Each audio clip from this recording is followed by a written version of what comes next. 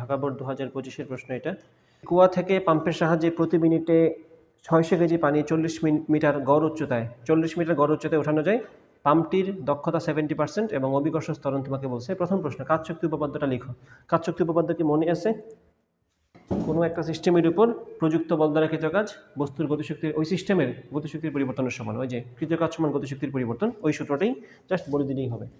এটাই হচ্ছে কাজ শক্তি উপপাদ্য। কাজ শক্তি উপপাদ্য জিজ্ঞেস করছে, এরপরে জিজ্ঞেস করছে ক্রিয়া বল এবং প্রতিক্রিয়া বল পরস্পরকে প্রশমিত করে না, ব্যাখ্যা করো। এটা কিন্তু নিউটনের মেকানিক্সের টপিক। আমি এটা তোমাদেরকে নিউটনের থার্ড পড়ানোর সময় পড়াইছিলাম।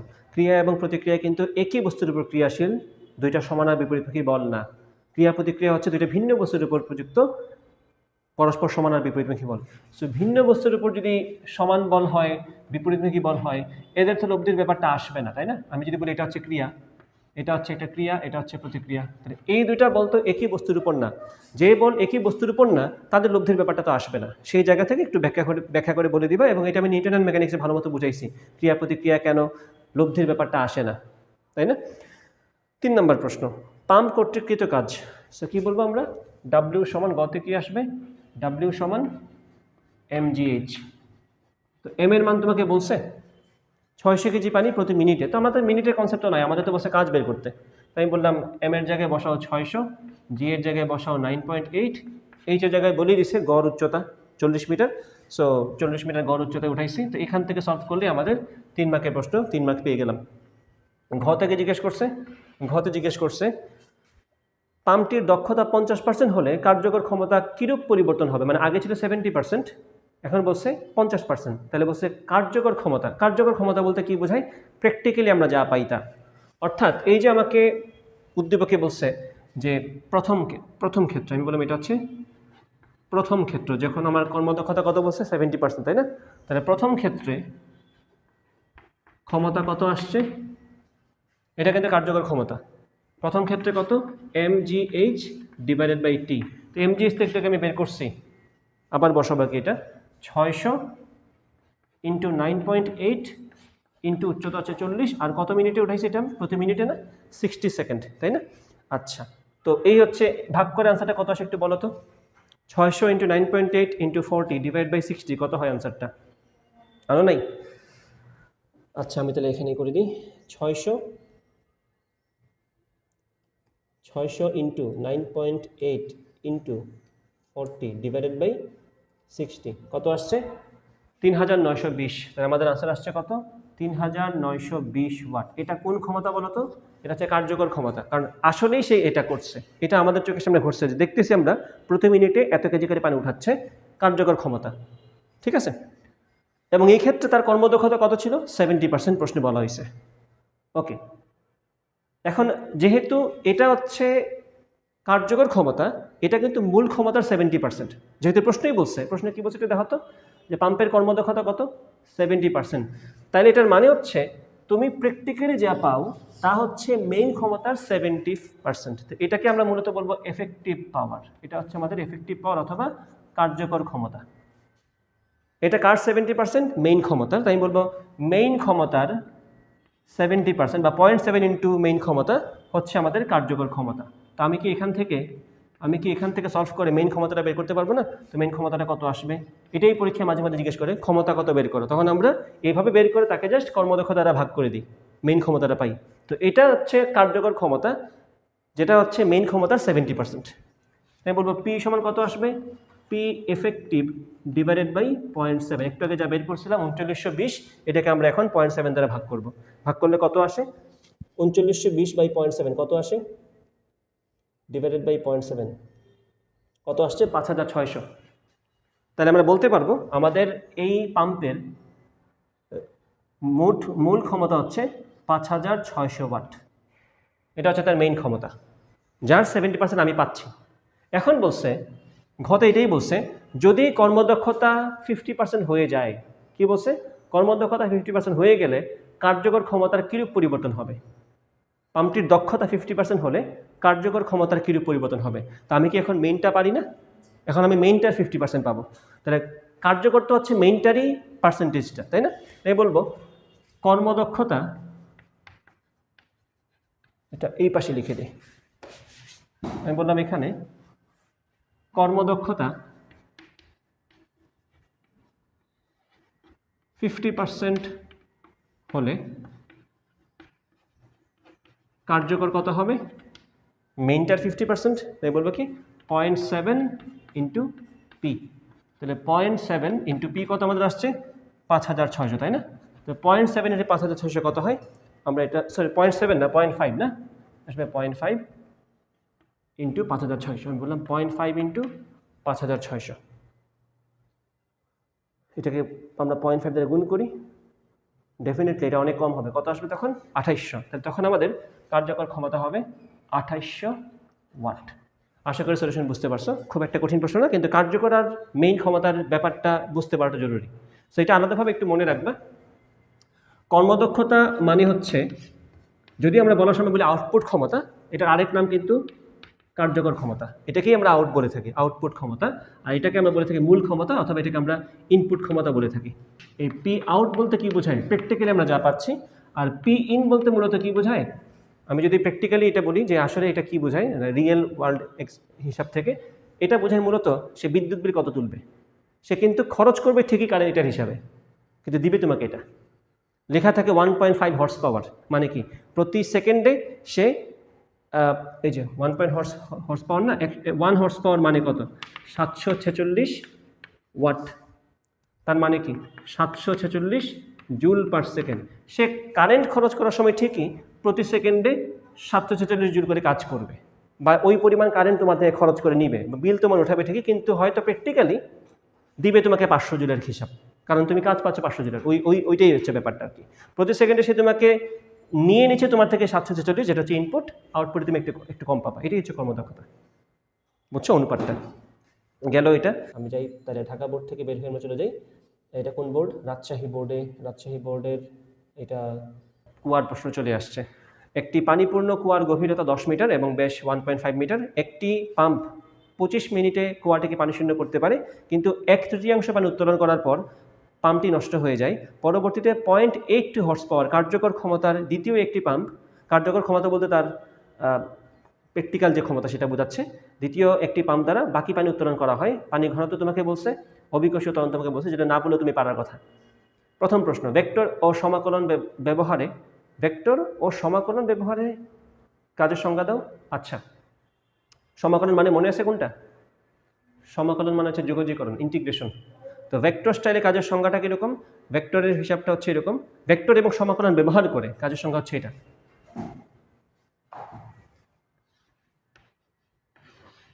W সমান integration of f dot dx. মনে আছে এটার কথা?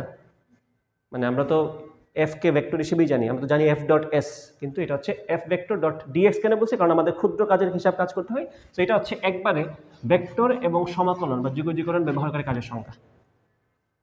বুঝছো? আচ্ছা, এটাকে এখন ইলাবোরেট করে লেখা লাগবে আর কি। যেভাবেই লিখো, সমাধানটা আমি তোমাদেরকে পিডিএফটা দিয়ে দিব। পরের প্রশ্ন, কোনো যন্ত্রের কর্মদক্ষতা 100% হতে পারে কিনা ব্যাখ্যা করো। কোনো যন্ত্রের কর্মদক্ষতা 100% হতে পারে কিনা? না, কিছু তো লস হয়ে যায়, এটাই ব্যাখ্যা করতে। যেমনটা আমরা পড়ছি কার্নো ইঞ্জিনের ক্ষেত্রে, এক্স্যাক্টলি 100% পসিবল হয় না। তো কোনো ক্ষেত্রে এটা হয় না, কর্মদক্ষতা 100% কখনোই হয় না। তুমি যাই দিবা কিছুটা লস হবে, তুমি যাই খরচ করবা কিছুটা তাপশক্তি হিসেবে খরচ হয়ে যাবে, অথবা অন্যভাবে লস হয়ে যাবে কিছুটা। সেটার ব্যাখ্যাটাও পিডিএফ আকারে দেওয়া থাকবে, পেয়ে যাবা। এরপরেটাতে আসো, এরপরের প্রশ্ন, প্রথম পাম্পটির কার্যকর ক্ষমতা কত? অশ্ব ক্ষমতা নির্ণয় করো। হর্স পাওয়ারে প্রথম পাম্পের ক্ষমতা বের করতে বলছে, কার্যকর ক্ষমতা। এখন পড়ি আমরা প্রথম পাম্পের কথা। কি বলছে? কুয়ার গভীরতা 10 মিটার, ব্যাস 1.5 মিটার, তাহলে এটা সিলিন্ড্রিক্যাল একটা কুয়া। একটি পাম্প 25 মিনিটে কুয়াটিকে পানি শূন্য করতে পারে, কিন্তু 1/3 পানি উত্তোলন করার পর পাম্পটি নষ্ট হয়ে যায়। তাইলে 25 মিনিটে পানি শূন্য করতে পারে, এই কথা দ্বারা তার আমরা হিসাব পাচ্ছি যে পুরাটা খালি করে ফেলবে। পানি শূন্য করতে কত সময় লাগে? 25 মিনিট। এটা তোমাকে দিয়ে দিয়েছে ইনফরমেশন। আমরা কি কুয়ার আয়তন বের করতে পারবো না? কুয়ার আয়তন তো বের করা যাবে, সিলিন্ডার যেহেতু গভীরতা আর ব্যাসার্ধ জানলেই তো যথেষ্ট। তো কুয়ার ব্যাসার্ধ বের হয়ে গেলে কুয়ার আয়তন বের হবে। কুয়ার আয়তন বের হয়ে যাওয়া মানে পানি থাকলে, পানি পূর্ণ থাকলে পানির আয়তনকে পানি ঘনত্ব দ্বারা গুণ করবে, পেয়ে যাব পানির ভর। তাহলে mgh, এইচটা কি আসবে বলো তো? পানি পূর্ণ কুয়া পানি শূন্য করা মানে কি? ভর কেন্দ্রের সরণের কনসেপ্টটা আমাদের আসবে। তো আমরা ওইদিকে যদি যাই, গতে বলছে আমাকে, আমি বলবো এখানে কার্যকর ক্ষমতা বের করতে বলছে না, তো ওইটাই আমরা ম্যাথ করে যা পাবো তাই কার্যকর ক্ষমতা। পি এফেক্টিভ হচ্ছে আমাদের mg ইন্টু যেহেতু কুয়াটা পানিপূর্ণ ছিল বলে আমি দাবি করতেছি, পানিপূর্ণ কুয়া খালি করে ফেলছে বলে নাই, বসে খালি করতে পারে, আমি সেই কনটেক্সটে কথা বলবো। তাই বললাম পুরাটা হচ্ছে পানিপূর্ণ যদি থাকে, তাহলে আমি যদি পুরাটা উঠাই ফেলি, আমরা সরণি বা ভারকেন্দ্র কই থাকবে, মাঝখানে থাকবে। তা সমস্ত পানি যদি উঠাই, সমস্ত পানি ভারকেন্দ্র হচ্ছে তার মাঝখানে, তাহলে উঠবে কতটুকু ভারকেন্দ্রটা? h/2। তো এটা হচ্ছে h/2 পরিমাণ সরণ হবে। আমি এখানে বলবো m এর জায়গায় n আছে, এখানে বসাবো আমরা h/2, আর সময় বলছে কত? 25 মিনিট। তাই বললাম 25 × 60। ভরটা আমরা আলাদাভাবে বের করি, ভর হচ্ছে আয়তন ইন্টু ঘনত্ব। সো আয়তনটা কত? যেহেতু সিলিন্ডার আকারের বুঝে গেছে আমরা ঘনত্ব, ব্যাসার্ধ আর গভীরতা বসে, আমি বলবো এখানে কি πr² h ইন্টু রো। তো পাই এর জায়গায় পাই বসলো, আর এর জায়গায় কত বসাবো আমরা? 1.5 না, তো এটা আসবে 0.75। r² h কত? 10, আর রো কত? 1000। এখান থেকে সলভ করলে আমরা পানির ভরটা পাবো, বের করে ফেলি। এটা কত আসে? πr², তাহলে 0.75 স্কোয়ার। এইচ কত? 10, ঘনত্ব কত? 1000। তাহলে আমরা পানির ভর কত পাচ্ছি? পানির ভর আমরা পাচ্ছি 5625 পাই। তো আমি এটা এইভাবেই রাখবো, 5625 পাই। এখন আমরা এখানে এটা বসাই দিব, তাহলে আমরা কার্যকর ক্ষমতাটা পেয়ে যাব। তার কত আসবে এখানে? 5625 পাই ইন্টু 9.8 ইন্টু h/2 মানে কি 10/2 মানে 5, আর এখানে বসাবো আমরা 25 × 60। এবং আমাকে তো বলছে অশ্ব ক্ষমতায় বের করতে, হর্স পাওয়ারে। তো আমি এখানে জাস্ট সিম্পলি 746 দ্বারা ভাগ করে, এখান থেকেই শুরু করি ভাগ করা, 746, এটা হচ্ছে আমাদের হর্স পাওয়ার অ্যান্সারটা আসবে। বোঝা গেছে কিনা? তো আমরা যদি এখন এটাকে কাজ শুরু করি, আমরা ভরটা আমাদের সামনে আছে, আনস ইন্টু 9.8 ইন্টু সরণ হবে h/2 মানে 5 ডিভাইডেড বাই সময় হচ্ছে 25 × 60। কত আসতেছে আনসারটা দেখো তো? ও, সাথে আবার 746 দ্বারা ভাগ করতে হবে। হ্যাঁ, 746 দ্বারা ভাগ করি, 746 ভাগ করলে কত আসে? আনসার আসতেছে আমাদের 0.025 হর্স পাওয়ার। আমাদের আনসার আসছে কত? 0.025 হর্স পাওয়ার। এই হচ্ছে গয়ের সমাধান, হর্স পাওয়ারে আনসার আসছে এত। এরপরের প্রশ্ন কি বলছে? এরপরের প্রশ্ন বলছে উদ্দীপকের কুয়াটির প্রথম 1/3 এবং তৃতীয় 1/3 যথাক্রমে প্রথম এবং দ্বিতীয় পাম্প দ্বারা পানি শূন্য করতে প্রয়োজনীয় সময় এক নাকি ভিন্ন হবে? অবশ্যই ভিন্ন হবে, কারণ দ্বিতীয় পাম্পটা কিন্তু নিচের পানি তুলতেছে, এবং বলছে এখানে তৃতীয় 1/3 মানে লাস্টের 1/3। ভালো প্রশ্ন। তো প্রথম 1/3 প্রথম কুয়াটা পাম্পটা খালি করতেছে, তার কর্মদক্ষতা আমরা জানি, এখানে বলে দিচ্ছে না? কর্মদক্ষতা না, সরি, তার তো ক্ষমতাই বলছে আমাকে নাকি? আচ্ছা, এই যে এটা তো আমরা ক্ষমতা বের করলাম নাকি? কার্যক্ষমতা আমরা বের করছি তার। আচ্ছা, আমরা শুরু করি। প্রথম পাম্প, তার দায়িত্ব কি? প্রথম 1/3 খালি করা, উপরের 1/3। তাই বললাম 3 ভাগে যদি ভাগ করি, এই হচ্ছে 1 ভাগ, এ হচ্ছে 2 ভাগ, এই হচ্ছে 3 ভাগ। সে খালি করবে এইটুকু। তাহলে সে যদি এইটুকু খালি করে, তাহলে এইটুকুর ভার কেন্দ্র সরলমান নিতে হবে। এটা হচ্ছে h/3, তারও অর্ধেক, h/6, তাই কি না? এটা আসবে কত? h/6। তাহলে এখানে আমরা কি বলবো? পানির ভর তো আমরা একটুকে বের করে ফেলছি না, 5625 পাই। এটা 3 ভাগের 1 ভাগ নিব আমরা এখন। আমি এখন বসাবো, আমাদের এখানে সময় বের করতে বলছে না, কত সময় লাগবে? আমি সূত্র বসাই দিই। ক্ষমতা সমান হচ্ছে mgh divided by T. Just আমরা এখান থেকে টিটা বের করবো। টি কত আসবে? mgh divide by P. M এর জায়গায় বুঝে নাও, আমরা ভরটাকে হিসাব করে 1/3 বসাবো এখানে। এই 1/3 ভরটা এখানে কত আসবে?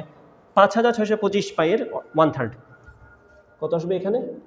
5625 পাই, এটার 1/3 কত আসে ভরটা? 1875 পাই। আমরা লাগবে এটাকে 1875 পাই ইন্টু 9.8। এখানে কত আসবে? h/6। এটা কিন্তু আমাদের সূত্র mgh/t, বাট আমরা h বলতে মূলত কি বুঝাবো? h/6। পরীক্ষায় এটা করো না, পরীক্ষায় এখানে শুরুতেই h/6 লিখে দিও, সেফ। তো আমি এখানে এই কাজটা করি, h/6 বসাই দিলাম। তো h/6 মানে কত? 10/6 না?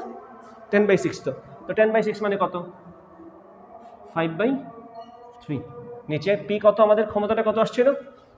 হর্স পাওয়ারে যাওয়ার আগে ক্ষমতা কত ছিল? হর্স পাওয়ারে যাওয়ার আগে ক্ষমতা কত ছিল?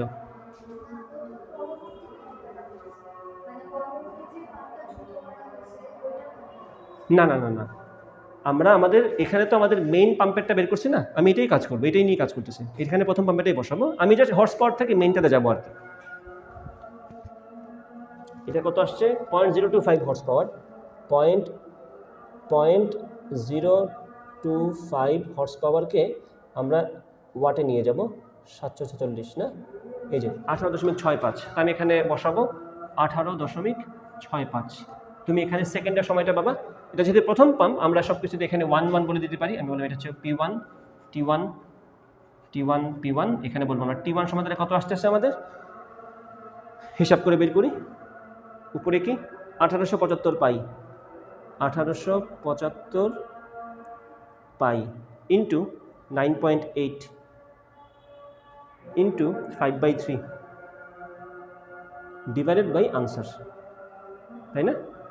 হ্যাঁ, এটাই তো বের করছি একটু আগে, এই তো এটাই আনসার। এটা আচ্ছা লিখে দিই, লিস্টের দরকার নেই। 18.65, হ্যাঁ। কত আসছে আনসারটা? 5158 না? এখানে কত আসছে? 5158.78। তো এটাকে 8 সেকেন্ড বললাম। এখন এটাকে আমরা মিনিটে নিয়ে যাই, মিনিটে কথা বললে সুবিধা। ডিভাইডেড বাই 60 কত আসে এখানে আনসারটা? 85.97। আমি বলবো এটা হচ্ছে অ্যাপ্রক্সিমেটলি 85.97 মিনিট। এটা হচ্ছে প্রথম পাম্প দ্বারা। হ্যাঁ, 85 মিনিট কেমনে আসলো? আমাদের না পুরো পানি খালি করতে 25 মিনিট লাগছিল। কি ভুল করলাম? সেকেন্ডে আসলো আনসার, আমি সেটাকে মিনিটে নিব, 60 দ্বারা ভাগ করলাম। যে 25 মিনিটে পুরোটা খালি করে ফেলতে পারে, তার 1/3 খালি করতে 25 মিনিট লাগে কেমনে? এটা কোনো কথা হইল নাকি? 577.26, এটা আসে 577.26। এই যে ওয়াটার হচ্ছে আনসার এটা। হ্যাঁ, অনেক কমাই ফেলছিলাম। এখন আসো এখানে 18.65 না, এখন আমরা 18.65 না লিখে কি লিখবো? না, 577। হ্যাঁ, এখন আমরা বসাবো 577, বসাও তো বেড়ে গেছে, 577.26। এখন দেখো আনসার কত আসে। এখন আমরা আনসারটা নিয়ে আসব। আমি এখন বলবো 1875 পাই, 1875 পাই ইন্টু 9.8 ইন্টু 5/3। 5/3 তো বুঝছো কেন? 5/3 ডিভাইডেড বাই ক্ষমতা কত আসছিল? 577.26। 577.26, 166 সেকেন্ড। এটাকে আমরা মিনিটে নিয়ে যাই। এই যে এখন ঠিকঠাক আনসার আসছে 2.77 মিনিট। তাহলে প্রথম 1/3 খালি করতে তার লাগবে 2.77 মিনিট। এটা হচ্ছে প্রথম পাম্প দ্বারা প্রথম 1/3 খালি করতে সময়। ঠিক আছে, গেল। এখন বলছে প্রশ্নে ঘতে পরের অংশ, দ্বিতীয় পাম্প দ্বারা লাস্টের 1/3। দ্বিতীয় পাম্পের ক্ষমতা তোমাকে প্রশ্নে বলছে না কত? সেটা 0.82 হর্স পাওয়ার। তা আমরা এখন দ্বিতীয় পাম্প দিয়ে যদি কথা বলি, এটা আমি এখান থেকে সরাই দিই। দ্বিতীয় পাম্পের কথা বললে, দ্বিতীয় পাম্প কী করছে? লাস্টের 1/3 খালি করছে। এই যে এটা লাস্টের 1/3। তাহলে এখানে আছে তো h/3, বাট এটা উঠবে কতটুকু? এখানে উঠবে h/6। আর বাকি কতটুকু আছে বলো তো? এটা কি 2h/3 না? এটা 3 ভাগের 1 ভাগ, এটা 3 ভাগের 2 ভাগ। তাহলে এটা উঠবে আরও 2h/3, h/6 প্লাস 2h/3। তাহলে ওভারঅল আমরা এখানে পাচ্ছি 1/3 পরিমাণ তোমার জানাই আছে। সেটা কত? সেটা ওই যে আমার 1875 পাই। 1/3 ভর তো ওইটাই, সেম পরিমাণ পানি। তো এখানে আমি লিখব দ্বিতীয় পাম্পের ক্ষেত্রে আমরা বলবো P2 সমান হচ্ছে, আমরা বলবো এখানে 1875 পাই, জি হচ্ছে 9.8। এখানে আমাদের সরণটা কত আসবে? 2h/3 plus h/3। তাই দুইটা মিলে কত হয়? সরি, 2h/3 প্লাস h/6, এই দুটা মিলে কত হয় ওভারঅল বলো তো? লিখে দিই এইভাবেই, h/6 প্লাস 2h/3। এটা কি বুঝতে পারছো? আচ্ছা, বুঝে গেলে ভালো। ডিভাইডেড বাই কত আসবে? সময়। সময়টা কত সেটা আমি বের করব। এখান থেকে আমাদের ক্ষমতা জানা আছে না, কত বলছে? 0.82 হর্স পাওয়ার। সেটাকে আমরা ওয়াটে নিয়ে যাব। আমি এখানে বললাম T2 সমান 1875 পাই ইন্টু 9.8 ইন্টু, এখানে তুমি সুন্দর করে লসাগু নাও 6, এখানে আছে আমাদের h, এখানে আছে আমাদের 4h হয়ে যাবে। 4h আর h মিলে কত? 5h, এটা হবে 5h/6, আর নিচে P2টা এই পাশে চলে আসবে। 0.82 হর্স পাওয়ারকে ওয়াটে নিলে কত হয়? 0.82 হর্স পাওয়ারকে যদি ওয়াটে নেই সেটা যদি গুণ করতে হবে, কত আসবে সেটা? এই যে 611.72, এখানে আসবে আমাদের 611.72 ওয়াট। এখন এখান থেকে আনসারটা সেকেন্ডে আসবে, আমরা এটা বসাই দিই। তো আমরা এখানে বসাবো 1875 পাই, এই 1875 পাই ইন্টু 9.8 ইন্টু 5h/6 না, h বলতে আমাদের 10, তো এখানে 5 × 10, 5 × 10 ডিভাইডেড বাই 6 ডিভাইডেড বাই কত আসছিল ক্ষমতাটা? 611.72, 611.72, কত আসছে আনসারটা?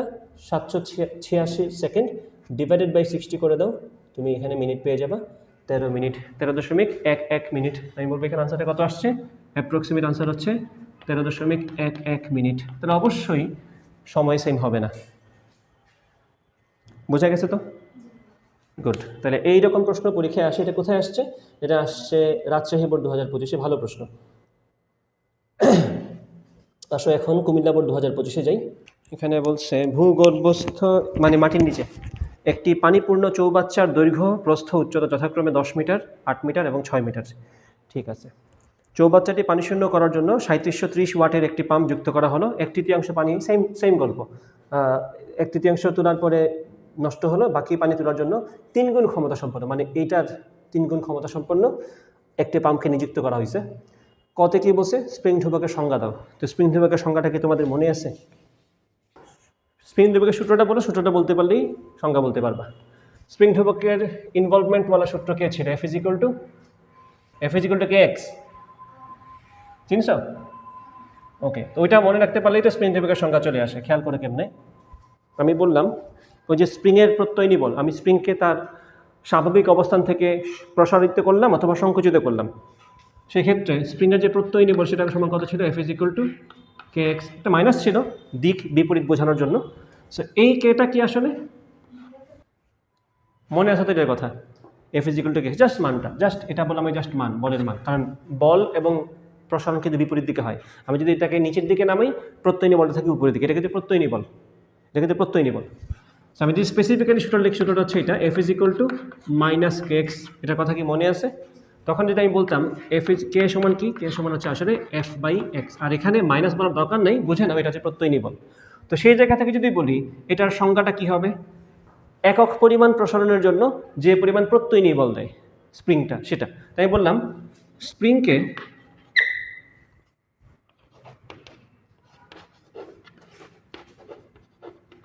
একক পরিমাণ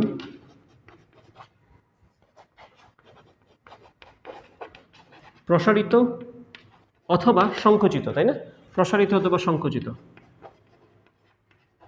করলে যে পরিমাণ প্রত্যয়নী বল তৈরি হয়, বা স্প্রিংটা যে পরিমাণ বাধা দেয়, যে পরিমাণ প্রত্যয়নী বল তৈরি হয়, প্রত্যয়নী বল দেয়, তাই স্প্রিং ধ্রুবক। যেটাকে আমরা ইংলিশে স্প্রিং কনস্ট্যান্ট বলে থাকি। এটাকে এভাবেও বলা যায়, অথবা এটাও বলা যায় একক পরিমাণ প্রসারিত করতে বা সংকুচিত করতে আমাকে কে পরিমাণ বল দিতে হবে। তো এই যে বলছে স্প্রিংকে একক পরিমাণ প্রসারিত বা সংকুচিত করতে যে পরিমাণ প্রত্যয়নী বল দেয় তাই স্প্রিং কনস্ট্যান্ট। আচ্ছা, বাংলায় লিখে দিই, তাই হচ্ছে স্প্রিং ধ্রুবক। এটা 1 মার্কের প্রশ্ন না? এটা পরীক্ষা 2 মার্কের প্রশ্ন আসতে পারে। কেমনে? পরীক্ষায় বলতে পারে একটা স্প্রিংয়ের স্প্রিং ধ্রুবক 400 নিউটন পার মিটার, এককটা কি এটা নিউটন পার মিটার না? তোমাকে যদি প্রশ্নে বলে পরীক্ষায় যে স্প্রিংয়ের স্প্রিং ধ্রুবক কে সমান 400 নিউটন পার মিটার, বলতে কি বুঝো? কি বলবা? একই কথা বলবা, ওই স্প্রিংটাকে 1 মিটার পরিমাণ সংকুচিত অথবা প্রসারিত করতে 400 নিউটন বল দিতে হয়, অথবা 400 নিউটন বল দিলে সে 1 মিটার পরিমাণ সংকুচিত অথবা প্রসারিত হবে। তো এটা কিন্তু কতেও আসতে পারে, ক্ষতেও আসতে পারে। গেল, ক্ষতে আসো। অভিকর্ষীয় বল একটা সংরক্ষণশীল বল ব্যাখ্যা করো। অভিকর্ষীয় বল একটা সংরক্ষণশীল বল ব্যাখ্যা করো। আমি কিন্তু ক্লাসে পড়াইছি তোমাদেরকে, মনে আছে? সংরক্ষণশীল বল, অসংরক্ষণশীল বল। আমি কিন্তু ফিজিক্সে কোনো কিছুই বাদ দেই নাই, একদম ক থেকে খ পর্যন্ত সব পড়াইছি। তাহলে বলো, পড়াইছি তো, এখন বলো, রিভাইজ দিচ্ছ না? বলো, অবিকর্ষীয় বল সংরক্ষণশীল বল এটা আমরা কিভাবে ব্যাখ্যা করতে পারি? তাহলে আমাদের মনে করতে হবে সংরক্ষণশীল বলের কিছু প্রপার্টি আমরা পড়ছিলাম, যেটা আমরা ইভেনচুয়ালি অবিকর্ষীয় বলের উদাহরণের মাধ্যমে সলভ করছিলাম, তাই না? অবিকর্ষীয় বলের উদাহরণ দিয়েই কিন্তু আমরা সংরক্ষণশীল বলের কনসেপ্টটা বুঝছিলাম, তাই না? সো একটা প্রপার্টি কি ছিল? সংরক্ষণশীল বলের ক্ষেত্রে কাজের পরিমাণ পথের উপর নির্ভর করে না, আদি এবং শেষ অবস্থানের উপর নির্ভর করে। এই কথা কি মনে আছে? আবার একটা ছিল কি, লুপ যদি ভ্রমণ করি কাজ শূন্য হবে। হ্যাঁ, তাহলে এখন বলো প্রপার্টি, সংরক্ষণশীল বলের বৈশিষ্ট্য। সংরক্ষণশীল বলের সংরক্ষণশীল বলের বৈশিষ্ট্য। প্রথম বৈশিষ্ট্য কি? কাজের পরিমাণ কিসের উপর নির্ভর করে না? পথের উপর নির্ভর করে না। কাজের পরিমাণ পথের উপর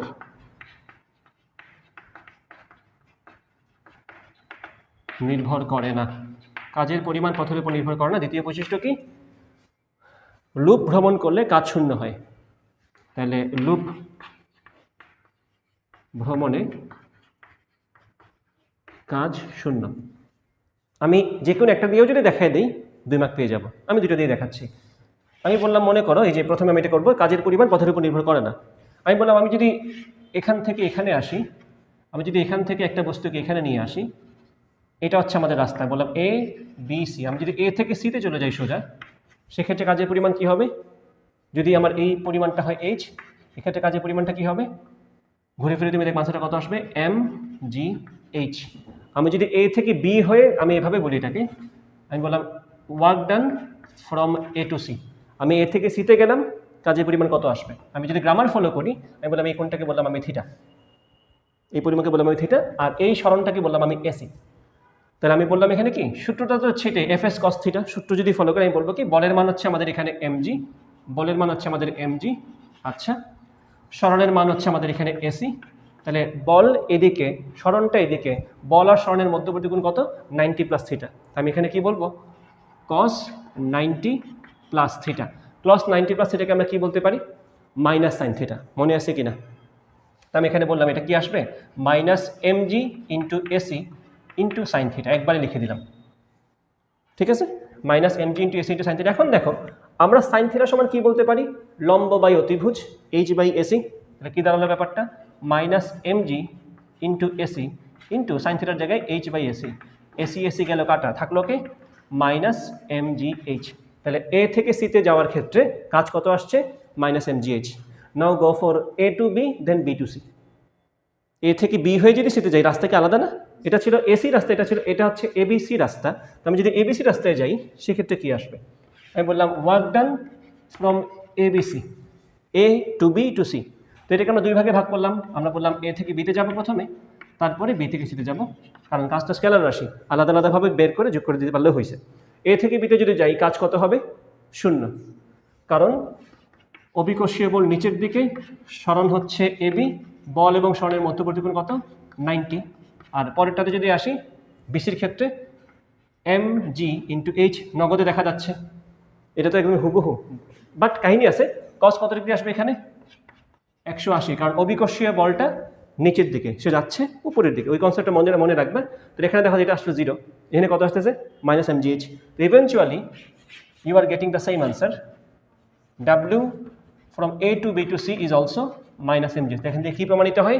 আমি যে রাস্তাতে যাই না কেন, as long as our initial and final is same, work done by the conservative force is same. দেখো প্রমাণ হয়ে গেল। আমি এ থেকে এই রাস্তায় সিতে গেছি, আবার এ থেকে বি হয়ে সিতে গেছি, কাজ কত আসছে? 2 ক্ষেত্রেই সেম আসছে, মাইনাস এম জি এইচ। এটা গেল এই প্রপার্টির ব্যাখ্যা। এই প্রপার্টির টেস্টে এটা টিকে গেছে। সো এখান থেকেই বলতে পারি অতএব অবিকর্ষীয় বল এটা সংরক্ষণশীল বল। এটা দিয়ে যদি কথা বলি, লুপ ভ্রমণে কাজ শূন্য কেমনি হয়? আমি বললাম আমি এ থেকে বিতে গেলাম, এ থেকে সিতে গেলাম, আবার যদি আমি সি থেকে এতে চলে আসি, তাকে যা ছিল নেগেটিভ, এখন তা হয়ে যাবে কি পজিটিভ। এটা আলাদাভাবে করে দেখে নিতে পারবে, এটা আমরা দেখাচ্ছি না। আমি যদি বলি আমি এ থেকে বি হয়ে সিতে গেলাম, আবার যদি আমি সি থেকে যাবো, এটা একটা কথা মাথায় রাখবে, অবিকর্ষীয় বলের ক্ষেত্রে এই যে বলছি না আমরা, কাজের পরিমাণ পথের উপর নির্ভর করে না, কিসের উপর নির্ভর করে?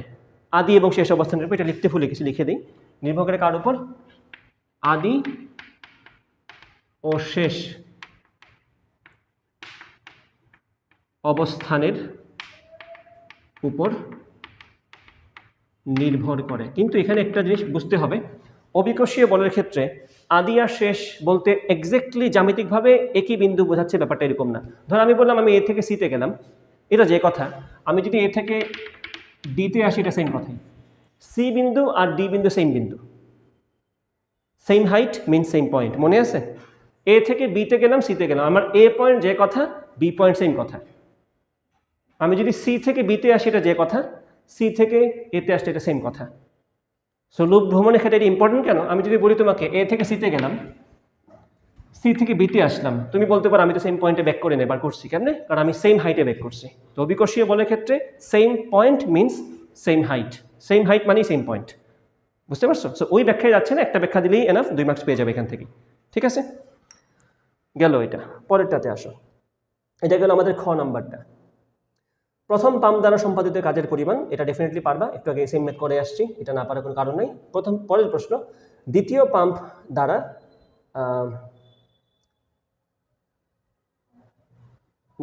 দ্বিতীয় পাম্প দ্বারা অবশিষ্ট পানি কতটুকু? 2/3, তো মানে 2/3 অফ এম, ওটা বের করবা। এটা বলছে দ্বিতীয় পাম্প দ্বারা অবশিষ্ট পানি তুলতে পূর্বের সময়ের চেয়ে কম সময় লেগেছিল কেন? সো এটা এক্স্যাক্টলি আগের ম্যাথটাই, যা সময়টা কষ্ট করে বের করতে হবে, এখানে কোনো নতুন কিছু নাই। ঠিক আছে, এটা এক্স্যাক্টলি আগের ম্যাথটাই। সো এটা আমরা এখানে রেখে দিলাম, আশা করি বুঝতে পারছো। সো ফোকাস করবা ক আর খতে বেশি। এখন গ ঘ তো পারো, গ ঘ তো দেখা যাচ্ছে ঘুরে ফিরে একই প্রশ্ন রিপিট করে, কখও রিপিট করে, কিন্তু কখ আমরা দেখি না, কখ দেখা হয় না। কিন্তু দেখো আমি তোমাদেরকে কখ একদম সুন্দর মতো পড়াই আসছি আগে, দেখো আমি যা বলছি এই সেম কথা আমাদের একটা ক্লাস ছিল, মনে আছে? কনসেপ্টগুলো ইম্পর্টেন্ট। আসো এখন আমরা চলে যাই যশোর বোর্ড 2025-এ। 2 গেল, 3 গেল, এই যে দেখো পরের প্রশ্নটা, এটাও একটা চমৎকার এবং ইম্পর্টেন্ট টপিক। এটা এই যে সরল দোলক দিয়ে প্রশ্ন আসে, শক্তি সংরক্ষণশীলতা নিয়ে প্রশ্ন করবে ডেফিনেটলি। এটা একটা সরল দোলকের কনসেপ্ট। 30 গ্রাম ভরের একটি বব সুতার সাহায্যে ঝুলানো আছে, যেখানে ওসি, মানে ওসি কোনটা? এই যে সুতার দৈর্ঘ্যটাই আর কি, এটা ও থেকে সি, মানে মাথায় রেখো সুতার দৈর্ঘ্য কিন্তু কার্যকর দৈর্ঘ্য না, কিন্তু নর্মালি যখন ববের ব্যাসার্ধ বলবে না তখন সুতার দৈর্ঘ্যটাই কার্যকর দৈর্ঘ্য। ওই যে আমরা এল স্কোয়ার না টি সমান 2π√L/g, এখানে এলটা কোনটা?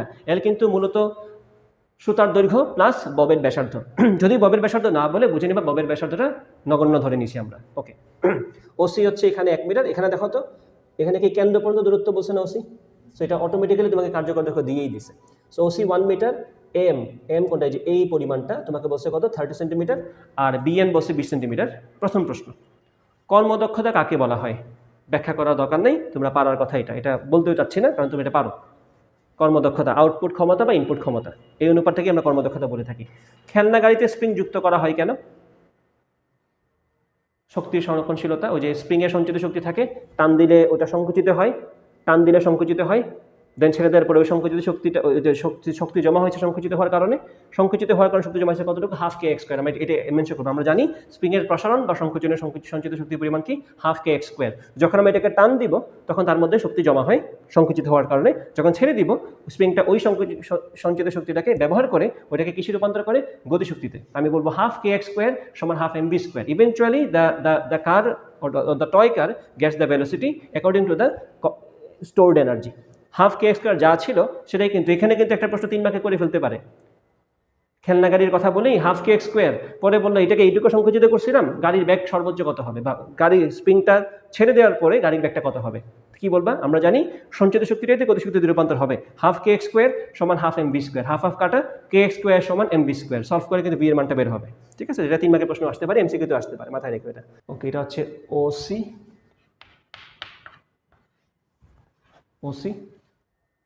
ওবি, ওএ, আর এটা হচ্ছে কি বলছে? এএম না, এএম আর বিকে না বিএন। আচ্ছা, বলে দিলাম বিএন। যাও, এখন তোমাকে প্রশ্ন যা যা বলছে লিখে ফেলি। ওসি কত বলছে? 1 মিটার। আচ্ছা, ওসি হচ্ছে 1 মিটার, তারপরে এএম হচ্ছে 30 সেন্টিমিটার, এই যে এটা হচ্ছে 30 সেন্টিমিটার। ওকে, এরপরে বলছে বিএন সমান, এই যে এটা হচ্ছে 20 সেন্টিমিটার। এগুলোকে আমরা ভেঙে ভেঙে এখানে লিখে ফেলি। এটাকে বললাম 0.2 মিটার, আর এটাকে বললাম আমরা 0.3 মিটার, এই যে এএমটা। এখন প্রশ্ন করছে আর তো কিছু নাই, ভর আছে, এই ববের ভর হচ্ছে কত 30 গ্রাম, যেকে আমরা কেজিতে কি লিখতে পারি 0.03 কেজি, লিখে ফেললাম এটা। এগুলা যা যা লেখা শেষ, এখন আমরা ম্যাথ শুরু করি। এই বিন্দুতে ববের বিভব শক্তি কত? এই বিন্দুতে বিভব শক্তি চাইছে না, তার মানে কি আমার ইনিশিয়াল যে পজিশনটা এটাকেই তো আমরা রেফারেন্স ধরবো, তার হাইটটা আমার লাগবে। হাইটটা কত তার সলভ করে বের করতে পারবো না, এই হাইট বের করতে চাচ্ছি, মানে আমার এই হাইটটা বের করতে পারলে হয়েছে। অর্থাৎ আমি যদি এখন সিএম বের করতে পারি, দ্যাট ইজ ইভেনচুয়ালি এইচ। সিএমটা কেমনে বের করব? আমরা এখন এই ত্রিভুজ নিয়ে কাজ করি, এটার দৈর্ঘ্য যদি হয় 1 মিটার, এটাকে সেম সুতা না, this is also 1 metre. So এটা হচ্ছে 1 মিটার, এটা হচ্ছে 0.3 মিটার। আমরা কি সলভ করলে পিথাগোরাস থেকে এইটুকু বের করতে পারবো না? তো আমি বললাম এটা কত হবে, আমি বলবো ওএম সমান হবে কত √1 স্কোয়ার মাইনাস পয়েন্ট, এটা দিয়ে লিখি 1 স্কোয়ার মাইনাস 0.3 স্কোয়ার। তো 1 স্কোয়ার মাইনাস 0.3 স্কোয়ার কত হয় √1 মাইনাস 0.3 স্কোয়ার, কত আসে মানটা আসে 0.95। তাহলে এটা আমি পাচ্ছি কত 0.95, এটা হচ্ছে 0.95 মিটার। এটা যদি 0.95 হয় তাহলে এটা কি হবে, আমরা বলবো অতএব এখানে বলবো আমরা এইচ সমান হচ্ছে আসলে এমসি তো লাগবে মানে নাকি, সমান কি, সেটা হচ্ছে আসলে আমাদের ওসি মাইনাস ওএম। ওসি হচ্ছে আমাদের 1 মিটার মাইনাস ওএম হচ্ছে আমাদের 0.95 মিটার। আমরা 1 মাইনাস 0.95 মিটার করলে পেয়ে যাব আমাদের এইচ এর মানটা। তো 1 মাইনাস, আমি এখান থেকে বিয়োগ করতেছি কেন, কারণ এখানে কিন্তু আমাদের বড় সংখ্যাটা আছে, দশমিকের অনেক ঘর আছে, এভাবেই ক্যালকুলেটরে করবা, আনস বিয়োগ করে দিবা। কত আসছে 0.046 লিখো। আমি বলবো এখানে কত আসছে 0.046 মিটার। তা আমি যদি এই বিন্দুর হাইট জানি, আমি কি এখানে বিভব শক্তি বের করতে পারবো না বস্তুটার? তো বলবো অতএব আমার গয়ের আনসারটা কি mgh। এম হচ্ছে 30 গ্রাম মানে 0.03 কেজি, জি হচ্ছে 9.8 আর এইচ হচ্ছে 0.046। এগেইন 0.046 তুমি বসাবা, বাট ক্যালকুলেটরে কি করবা, আনসারটা গুণ করে দিবা। আনসার দেখো অনেক বড় আসছে একটা, আমি বললাম এম কত 0.3 ইন্টু 9.8 ইন্টু আনস কত আসছে 0.135। তাই বলবো বিভব শক্তি কত আসছে 0.135 জুল। এটা লিখে দিও, এটা হচ্ছে বিভব শক্তি এট পয়েন্ট এ। ঠিক আছে, গেল আমাদের গ। এখন আসো ঘতে কি বলছে, বি বিন্দুতে ববের গতিশক্তি সি বিন্দুর গতিশক্তির অর্ধেক হবে কিনা গাণিতিকভাবে বিশ্লেষণের মাধ্যমে যাচাই করো। তো বি বিন্দুতে ববের গতিশক্তি আর সি বিন্দুতে ববের গতিশক্তির আমরা আগে মানটা বের করি, তাইলে তো হয়ে যায়। তো বি বিন্দুতে গতিশক্তি আমরা কেমনে বের করব আর সি বিন্দুতে গতিশক্তি আমরা কেমনে বের করব? যেহেতু প্রশ্নের মধ্যে শক্তির নিত্যতা নিয়ে কোনো কথা তুলে নাই, তাই আমি বলে দিবি এখানে শক্তির নিত্যতা খাটে। এই কথা কিন্তু ক্লাসে বলছিলাম আমি কাজ শক্তি ক্ষমতা পড়ার সময়, যখন তোমাকে প্রশ্নের মধ্যে কোনো প্রশ্নের মধ্যে জিজ্ঞেস করবে না যে শক্তি নিত্যতা আছে কিনা দেখাও, সেক্ষেত্রে তুমি শক্তি নিত্যতা আছে ধরে নিয়ে কাজ করবা। এখানে কি কোথাও শক্তি নিত্যতা আছে কিনা কোনো প্রশ্ন করছে না, তাহলে আমরা বলবো এখানে শক্তি নিত্যতা খাটে। তো আমরা যদি বলি বি বিন্দুতে বিভব শক্তি কেমনে আসবে, আমি বলবো এইভাবে, আমি এইভাবে বলবো এখানে শক্তির নিত্যতা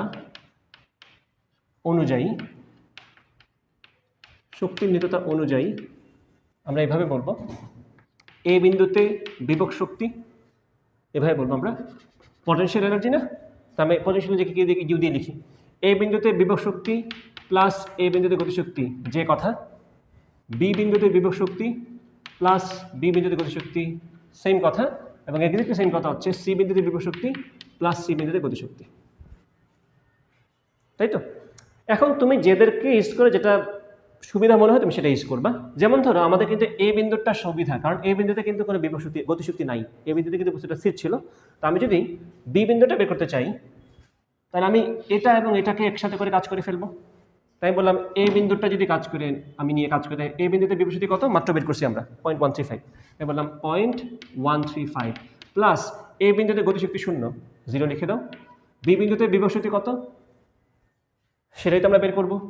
আমরা কি বি বিন্দুতে হাইট বের করতে পারবো না? Consider this as H prime, তাই বললাম এখানে এটা কত আসবে mg into H prime plus তার গতিশক্তি বের করতে বলছে না, তো এটাকে আমি কেবি লিখে দিই। আর তোমার যদি মনে হয় যে এগুলা তোমার উইয়ার্ড লাগতেছে, যেভাবে আমরা 9-10 পড়ছি সেভাবে দিতে পারো কাইনেটিক এনার্জি KE PE এভাবে লিখতে পারো PE potential energy KE kinetic energy. আর আমি ইউ দিয়ে কে দিয়ে তোমাদের পড়াইছি, মহাকর্ষীয় এভাবে পড়াইছি, কাজচ্যুতি ক্ষমতা এভাবে পড়াইছি, এইভাবে লিখতে পারি, কোনো ব্যাপার না। যে লিখে দিও ইউ দ্বারা কি বোঝাচ্ছি বিভব শক্তি, কে দ্বারা কি বোঝাচ্ছি গতিশক্তি। এখন তোমাকে কি বি বিন্দুতে বিভব গতিশক্তিটা বের করতে বলছে না, বা তোমার তো কম্পারিজনটা বি আর সি এর মধ্যেই গতিশক্তি, তো তোমার এখান থেকে হাফ এম বি স্কয়ার লেখার দরকার নেই কোনো, কারণ তোমাকে তো বেগ নিয়ে কথা বলতে বলে না, তুমি জাস্ট সিম্পলি ওই গতিশক্তি পর্যন্তই রেখে দাও, সলভ করে এটা বের করবে জাস্ট। এখন দেখো তুমি এই পাশটা তো পুরোটাই তোমার সর্টেড, তোমার জাস্ট এখান থেকে এইচ প্রাইমটা বের করতে পারলেই হয়েছে। তো এইচ প্রাইমকে আমি সেম স্টাইলে বের করতে পারবো না যেমনটা আমরা এইচ বের করছি সেভাবে। এখন জাস্ট আরেকবার এই পয়েন্ট 2 নিয়ে কাজ, এই ত্রিভুজ নিয়ে কাজ আমাদের এখন। Now we will solve with this triangle ONB। তো এখন আমি বলবো ত্রিভুজ, এগুলো একটা মেনশন করে দিই, বুঝছো? এখানে যে কথাগুলো বলছিলাম এটা কোন ত্রিভুজে ছিল? ত্রিভুজ OMA তে, তাই না? ত্রিভুজ OMA তে আমরা কিন্তু এই কথাগুলো বলছিলাম, এই যে পিথাগোরাস। এখানে বলবো ত্রিভুজ ONB তে, ত্রিভুজ ONB তে পিথাগোরাস অ্যাপ্লাই করবো। কি হবে তাহলে? আমাদের দরকার হচ্ছে এখন ON-টা, তাই বলবো এখানে ON সমান কি? ON সমান হবে √, অতিভুজের বর্গ। অতিভুজ হচ্ছে এখন এটা, এটা এগেইন 1 মিটারই হবে কারণ সেম সুতা, তাই বলবো এখানে OB square minus BN square, নাকি?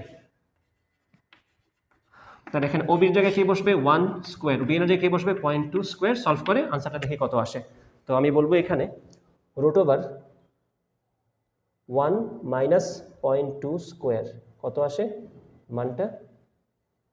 0.9797। তো এটাকে আমরা 0.9898 রেখে দিতে পারি, 9798 রেখে দিই, 0.9798 অ্যাপ্রক্সিমেট মান হচ্ছে এটা। তা আমি যদি ON পেয়ে যাই, আমি কি এইচ প্রাইমটা বের করতে পারবো না?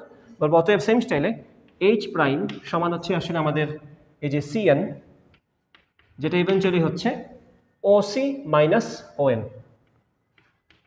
সো OC কত? 1 মাইনাস ON কত? এই যে 0.9798 বসাও, দেখো কত আসে। 1 মাইনাস, এই যে এখন আনসার বিয়োগ করে দিবা, 1 মাইনাস এটা বিয়োগ করলে কত হয়?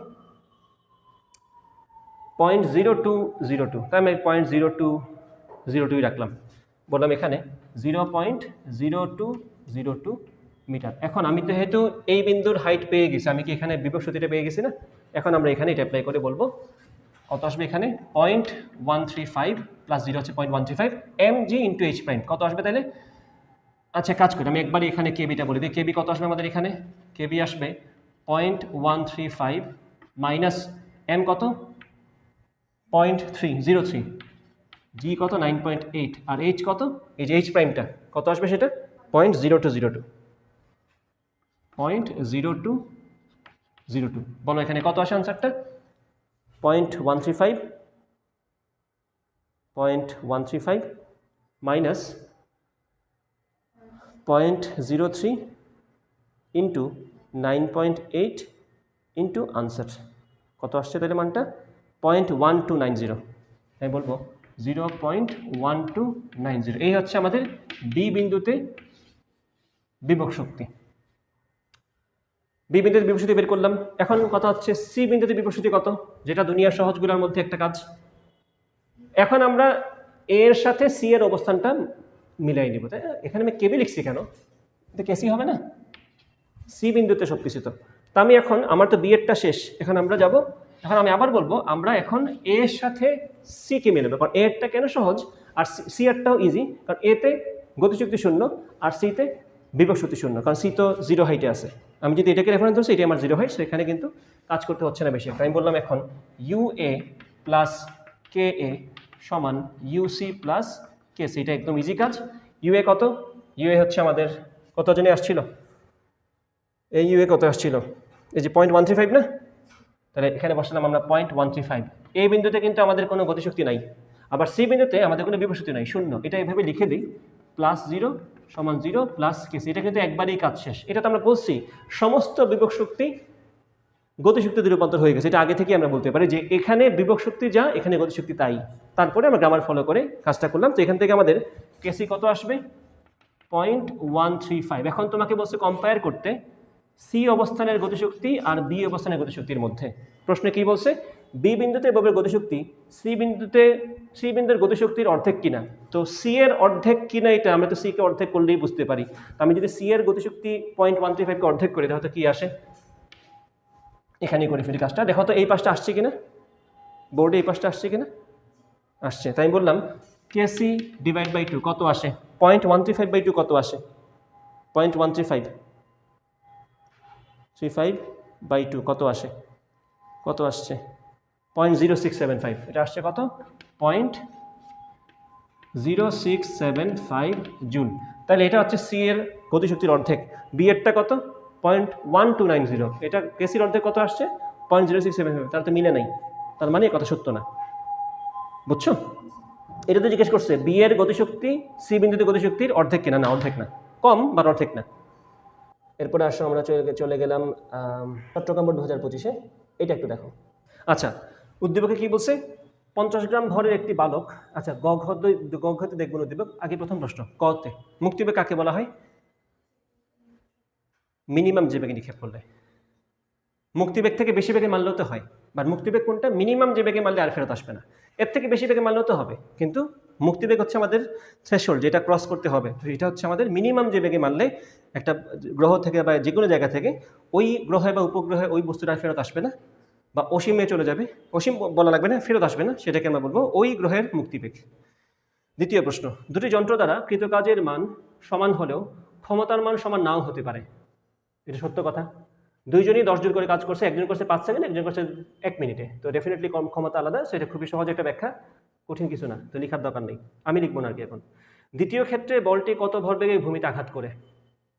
এখন প্রশ্ন আমরা উদ্দীপক পড়ি।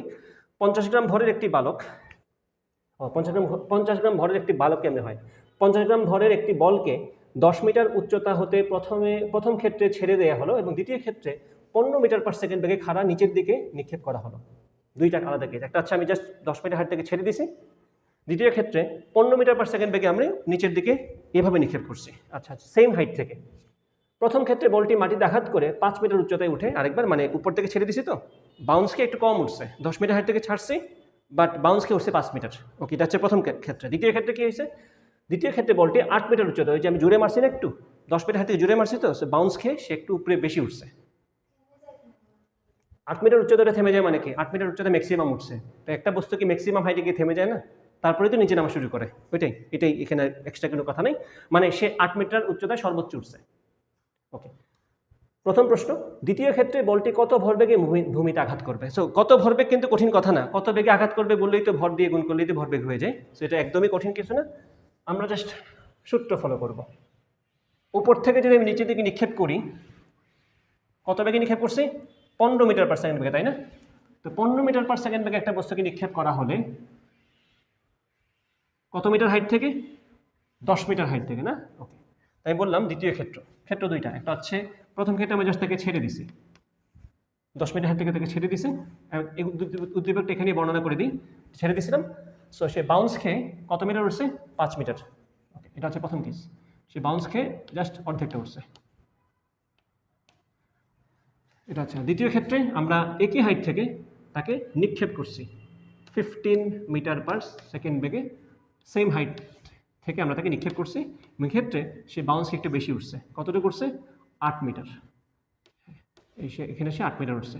তোমাকে প্রশ্ন করছে গতে দ্বিতীয় ক্ষেত্রে বলটা কত ভরবেগে মাটি টাচ করবে, এটাই প্রশ্ন করছে না, দ্বিতীয় ক্ষেত্রে বলটি কত ভরবেগে ভূমিতে আঘাত করবে। ওকে, আমি যদি বস্তুকে লঞ্চ করি 15-এ নিচের দিকে, আমি বললাম সূত্রটা কি হবে, ভি স্কোয়ার সমান U square plus 2gh, plus কেন, কারণ জিও নিচের দিকে, এইচও নিচের দিকে, সব মিলাই আমাদের পজিটিভ আসবে। আমি এখানে ইউ স্কোয়ার কত পাচ্ছি, 15 স্কোয়ার প্লাস 2 ইন্টু 9.8 ইন্টু 10, তাহলে ভি সমান কত আসবে আমাদের, রুট ওভার এটা করে ফেলো, 15 স্কোয়ার প্লাস 20 ইন্টু 9.8, কত আসে মানটা দেখো তো,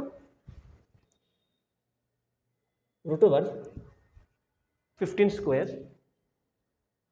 ইন্টু 20 ইন্টু 9.8, তাহলে সে কত বেগে আঘাত করতেছে, 210।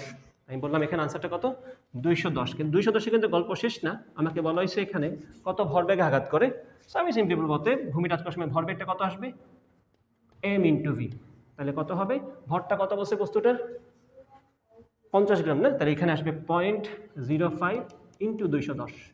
0.05 ইন্টু 210 যা হয় তা হচ্ছে আনসার। আমি এটার সাথে 0.05 গুণ করে দিই, 0.05 কত আসে মানটা 12.5 10.5। তাহলে সে আঘাত করতেছে 10.5। ভরবেগের একক জানি কি, কেজি মিটার পার সেকেন্ড। এই হচ্ছে তার ভরবেগ। এটা হচ্ছে গ এর আনসার। ঘতে কি বলছে দেখো তো, ঘতে বলছে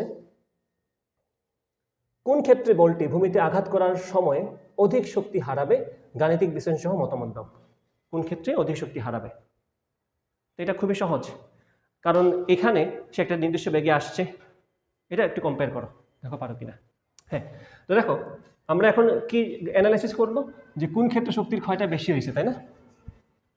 তো একটু চিন্তা করো, প্রথম ক্ষেত্র কেস 1, এখানে তার গতিশক্তি কত হবে? এখানে যদি বলি তার শেষ বেগটা কত, ভি স্কোয়ার সমান, আদি বেগ তো শূন্য এখানে, তো ভি সমান একবারে বলে দিই √2gh, তাই কিনা? তাহলে 2 ইন্টু 9.8 ইন্টু 10। ওকে, তো এখানে আসলে অত কষ্ট করার দরকার নেই, কারণ এটা তো আমরা বলতেই পারি সমস্ত বিভব শক্তি কিসে রূপান্তর হবে, গতিশক্তিতে। সো এখানে কিন্তু তার বিভব শক্তিরই গতিশক্তি, কারণ এখানে কিন্তু তার কোনো বেগ নাই।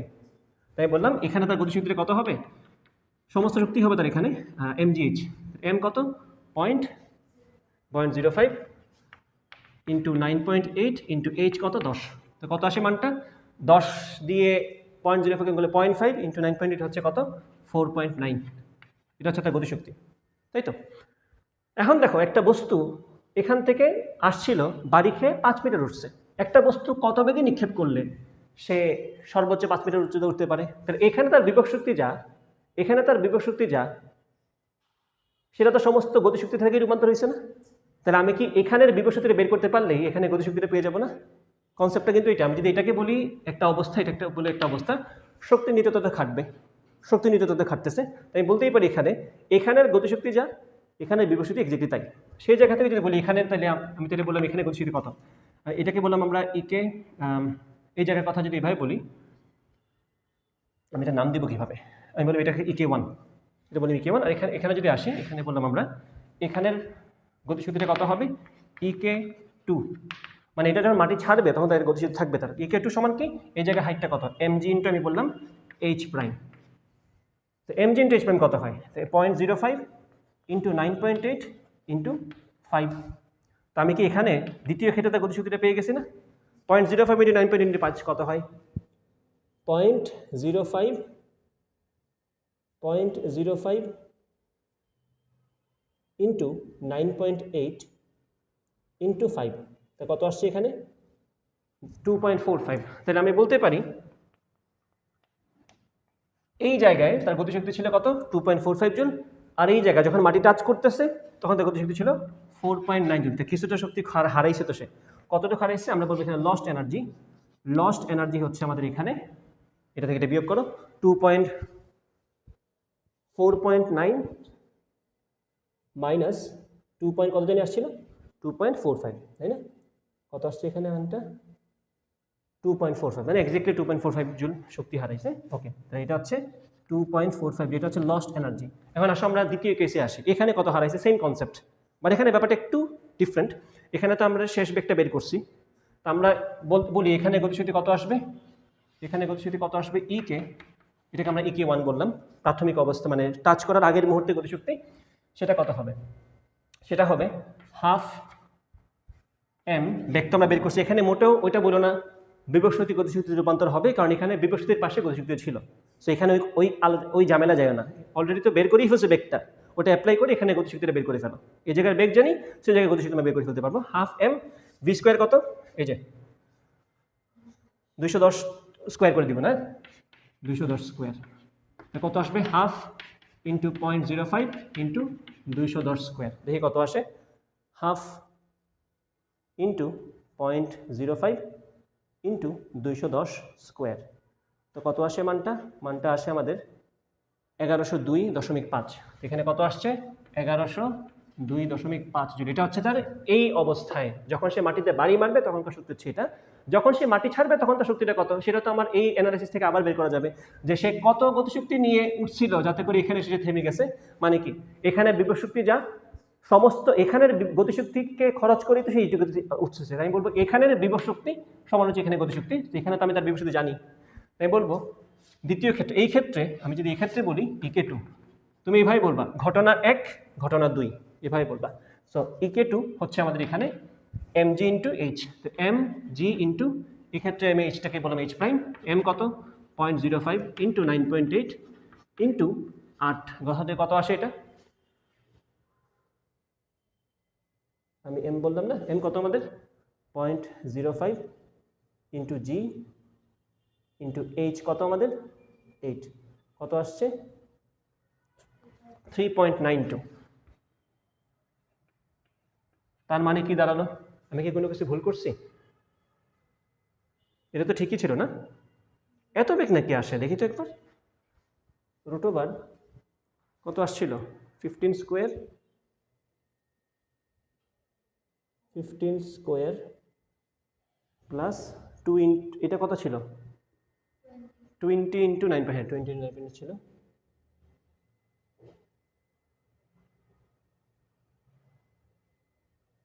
এই দেখছো এখানে পেস লাগাইছি আমরা, এটা ছিল 20.51।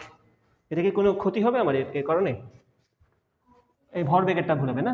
এই যে এটা হচ্ছে আমাদের 20.51, আর এখানে এটা কত আসবে, এখানে আসবে 20.51 না, এখানে বলবো আমরা 20.51, এখন বললাম এখানে 0.05, এই যে ভর বেগটা না ইন্টু আনসার, কত আসতেছে আনসারটা, এই যে 1.02, এটা হচ্ছে 1.02 কেজি মিটার পার সেকেন্ড। তাহলে দ্বিতীয়টা করতে গিয়ে প্রথমটা ভুল বের হয়ে গেল।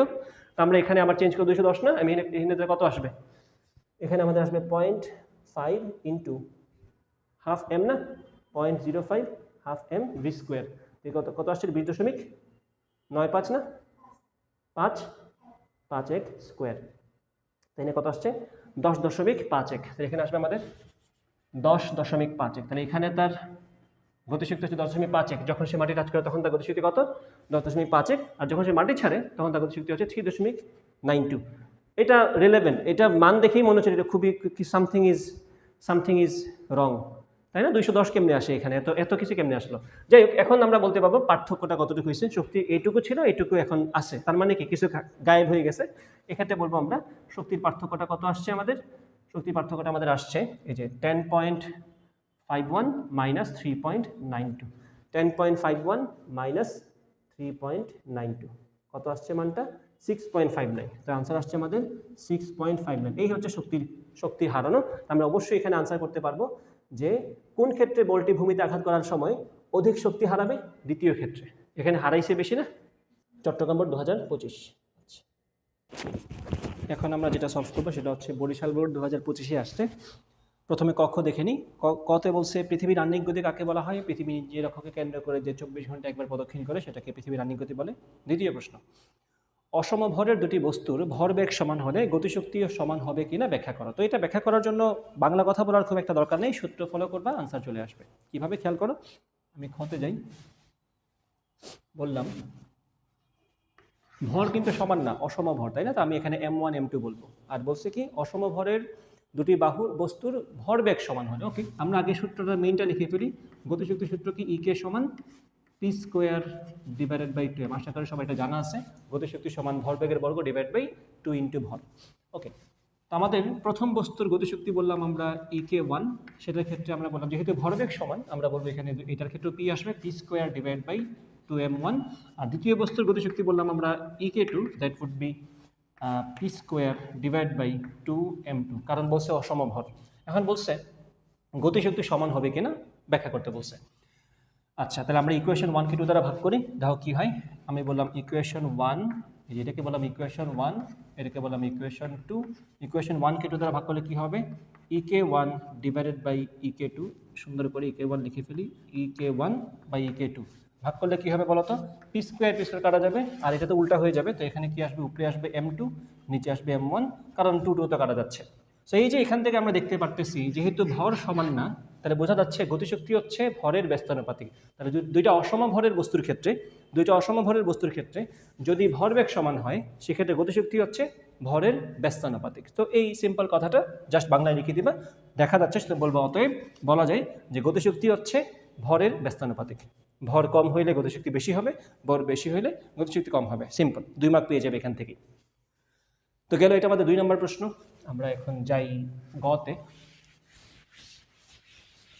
গতে কি বলছে তা বলার জন্য আমাদের উদ্দীপকে যাওয়া লাগবে। গতে প্রশ্ন করছে গাড়িটি তুলতে ইঞ্জিনটির কৃত কাজ কত নির্ণয় করো। এখন আমরা উদ্দীপকে যাই। উদ্দীপকে কি বলছে, একটি ইঞ্জিন 1200 কেজি ভরের একটি গাড়িকে অনুভূমিকের সাথে 1.13 ডিগ্রি কোণে ঢালুর ঘর্ষণবিহীন পথে 72 কিলোমিটার/আওয়ার বেগে 5 মিটার উপরে তুলতে পারে। জি এর মান ধরতে বলছে 9.8। আর পরবর্তীতে বলছে আরেক ব্যক্তির কথা, সেই ইঞ্জিন ব্যবহার করে কিছু একটা করছে। সো বুঝে নাও গ হচ্ছে মূলত এই প্রথম পার্টের জন্য। সো কি বলছে গতে, গাড়িটি তুলতে ইঞ্জিনটির করতে কৃত কাজ কত। তো আমরা এই জায়গায় একটু কাজ করি, চিত্রটা এঁকে ফেলি আগে।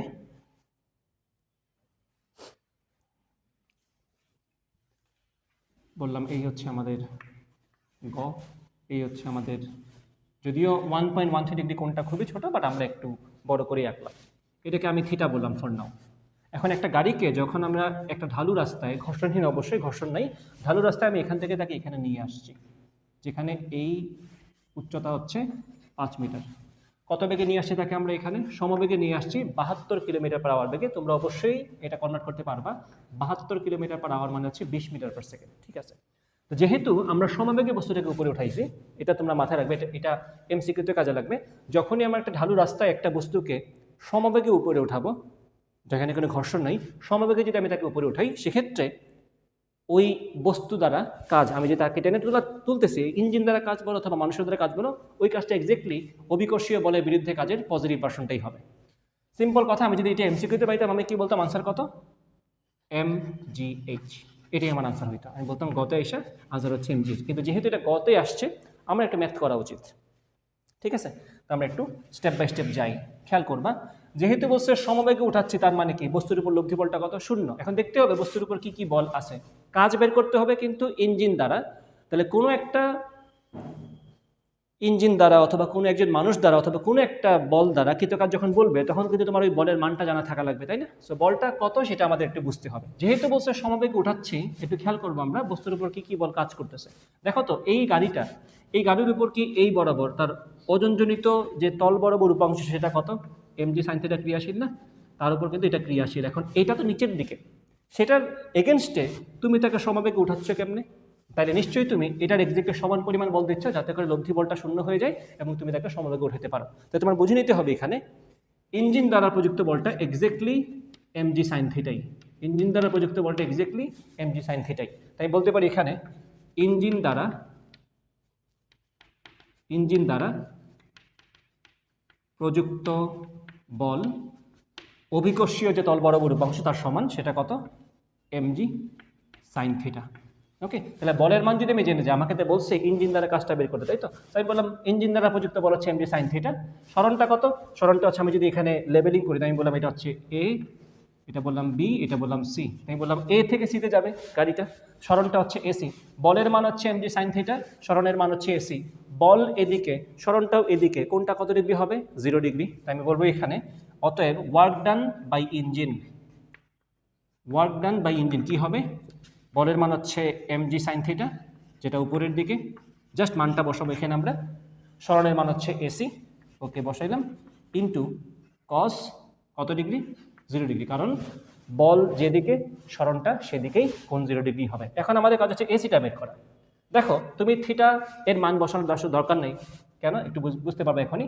থিটা বললাম, হাইট জানি, এইটা আমার বের করতে হবে না, তাই বলবো এখানে এটাকে আমি এইভাবে রাখলাম mg sin θ, অথবা এইভাবেও এটা করা যায়, যার যেমন ভালো লাগে আর কি। তুমি sin θ সমান কি লিখতে পারো একটু দেখো তো, তুমি কি sin θ সমান লিখতে পারো না লম্ব বাই অতিভুজ, ইয়েস তুমি বলতে পারো। তাহলে এখানে sin θ জায়গায় 5 ডিভাইড বাই অতিভুজ কত, এই যে এসিটা। তো দেখো তোমার এইখানের এসি আর উপরের এসি কিন্তু কাটাকাটি যাচ্ছে, আর cos 0 মানে তো 1, এখানে তাহলে এটাকে 1 বলে দাও। তাহলে দেখো এই এসি কাটা থাকলো কি mg × 5। সো দেখো আমি কিন্তু এটাকে বলেই আসছিলাম, এই ধরনের ক্ষেত্রে যখন বস্তুটাকে আমরা সমবেগে উপরে উঠাচ্ছি, কৃতকাজ কিন্তু অভিকর্ষীয় বলের ক্ষেত্রে যে কাজ সেটার পজিটিভ ভার্সনটাই আসবে mgh, কিন্তু এটা mg × h কিন্তু আসছে। কিন্তু তোমার এটা এইভাবে করলেই বেটার। প্রপার স্টাইলে ম্যাথটা করলাম, 1200 × 9.8 × 5 কত আসে মানটা, 1200 × 9.8 × 5 কত আসে, 1200 × 9.8 ইন্টু 5 কত আসে 58,800। তাহলে আমি বলতে পারবো ইঞ্জিন দ্বারা কত কাজ হচ্ছে 58,800 জুল। তাহলে আমি বলতে পারবো ইঞ্জিন দ্বারা কত কাজ হচ্ছে 58,800 জুল। আমাদের গ সলভ করা ডান। আসো এখন ঘতে কি বলছে দেখো তো। ঘতে জিজ্ঞেস করছে ওই ব্যক্তি, কোন ব্যক্তির কথা বলছে, এই যে উদ্দীপকের শেষ পার্টে একটা ব্যক্তির কথা বলছে। কি বলছে, এক ব্যক্তি উক্ত ইঞ্জিনটির সাহায্যে, মানে আমরা যে ইঞ্জিন দিয়ে গাড়িকে এখান থেকে এখানে নিয়ে আসছি সেই ইঞ্জিন দ্বারাই ওই ব্যক্তি 100 মিটার গভীর একটি কুয়া থেকে 5 মিনিটে 1000 কেজি পানি তোলার কাজে ব্যবহার করতে চাইলেন। এটা তার উদ্দেশ্য। সে 5 মিনিটে 100 মিটার গভীর কুয়া থেকে 1000 কেজি পানি উঠাতে চাই, সেম ইঞ্জিন ব্যবহার করে। কারণ ঘতে অবশ্যই প্রশ্ন করবে এটা সম্ভব কিনা বা সেটা করতে পারছে কিনা। আমরা সলভ করি। দেখো এখানে যখনই তোমাকে বলবে কোনো একটা ইঞ্জিন ব্যবহার করে আমি এই কাজ করতে চাই তোমার এই সময়ের মধ্যে, তখন তোমার বুঝতে হবে তোমার প্রথম কাজ হচ্ছে ইঞ্জিনের ক্ষমতাটা বের করে ফেলা। ক্ষমতা না জানলে তুমি এক্স্যাক্টলি মানে যে কোনো কাজই করা যায়, কিন্তু সময়ের মধ্যে করার যখন ব্যাপারটা আসবে তখন তুমি হিসাবে নিয়ে আসতে হবে ক্ষমতাকে। তোমার প্রথম কাজ হচ্ছে এই যে ইঞ্জিন দিয়ে আমি গাড়িটাকে এখান থেকে এখানে নিয়ে আসলাম, সেক্ষেত্রে আমাদের ক্ষমতাটা কত। কাজ তো আমরা বের করছি, ক্ষমতা আমার লাগবে। কারণ তুমি সারাদিনে মিলে 10 জুল করলা আর একজন 1 সেকেন্ডে 10 জুল করে ফেললো, দুইজনের মধ্যে কিন্তু ক্ষমতারই পার্থক্য। আমাদের প্রথমে দেখতে হবে ইঞ্জিনের ক্ষমতাটা কত। তো আমরা প্রথম কাজ করি, ইঞ্জিনের ক্ষমতা বের করি।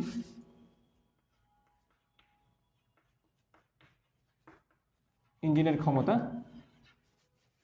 P সমান কাজ ডিভাইডেড বাই সময়। এখন সময় কই, সময়কে আমাকে বলে দিয়েছে প্রশ্ন না, আমি তো কাজ জানি ইঞ্জিনের, কিন্তু সময় কতটুকু লাগছে আমি কি জানি না, বের করতে হবে। কিভাবে দেখো, তোমাকে তো প্রশ্নে বলিয়ে দিছে আমি গাড়িকে কত বেগে উঠাইছি 20 মিটার পার সেকেন্ড বেগে, তাই না? কত বল দিছিলাম, এই যে mg sin থিটা যেটাই দিছি সেটা তো এখান থেকে বের করাই যাবে, সেটা আমরা করতে পারবো। অথবা আমরা এইভাবে করতে পারি, একটু খেয়াল করবা, আমরা এটাও করতে পারি, একটু খেয়াল করবো। আমি কিন্তু এই শুধু জানি P সমান কি FV, জানা আছে কিনা? যখন বস্তু সমবেগে উপরে উঠবে তখন আমি বলবো ক্ষমতার মানটা কত, বল ইন্টু বেগ। তো বলটা এই যে mg sin থিটা যে বলটা আমার ইঞ্জিন দিছিল সেই বলের হিসাবটা আমি এখানে বসাই দিই। আমি বললাম mg sin থিটা ইন্টু বেগের মান 20 মিটার পার সেকেন্ড বসাই দাও। এখন তুমি কষ্ট করে যা করবা তা হচ্ছে এখানে m এর জায়গায় 1200 বসাও, g এর জায়গায় তুমি 9.8 বসাও, আর sin থিটার জায়গায় তুমি লম্ব বাই অতিভুজ বসাই দাও। অথবা তুমি কি অলরেডি এসি জানো না? ওকে, sin থিটা sin 1.13 ডিগ্রি বলা ছিল না প্রশ্নে, এই যে 1.13 এটা তুমি এখন বসায় দাও, তাই না? হ্যাঁ, তো আমি এখন এখানে sin 1.13 ডিগ্রি বসাইলাম ইন্টু এইসব কিছু করার পরে তুমি কিন্তু গাড়ির ক্ষমতাটা পেয়ে যাচ্ছ, সরি ইঞ্জিনের ক্ষমতাটা পেয়ে যাচ্ছ। আমি এটা বসাই এখানে, দেখি কত আসে ক্ষমতা। আমি বললাম এখানে mg sin থিটা, তো আমি বললাম 1200 ইন্টু 9.8 ইন্টু sin 1.13 ইন্টু 20। দেখি এখানে ক্ষমতা তাহলে কত আসে, 4638.37, 4638.37।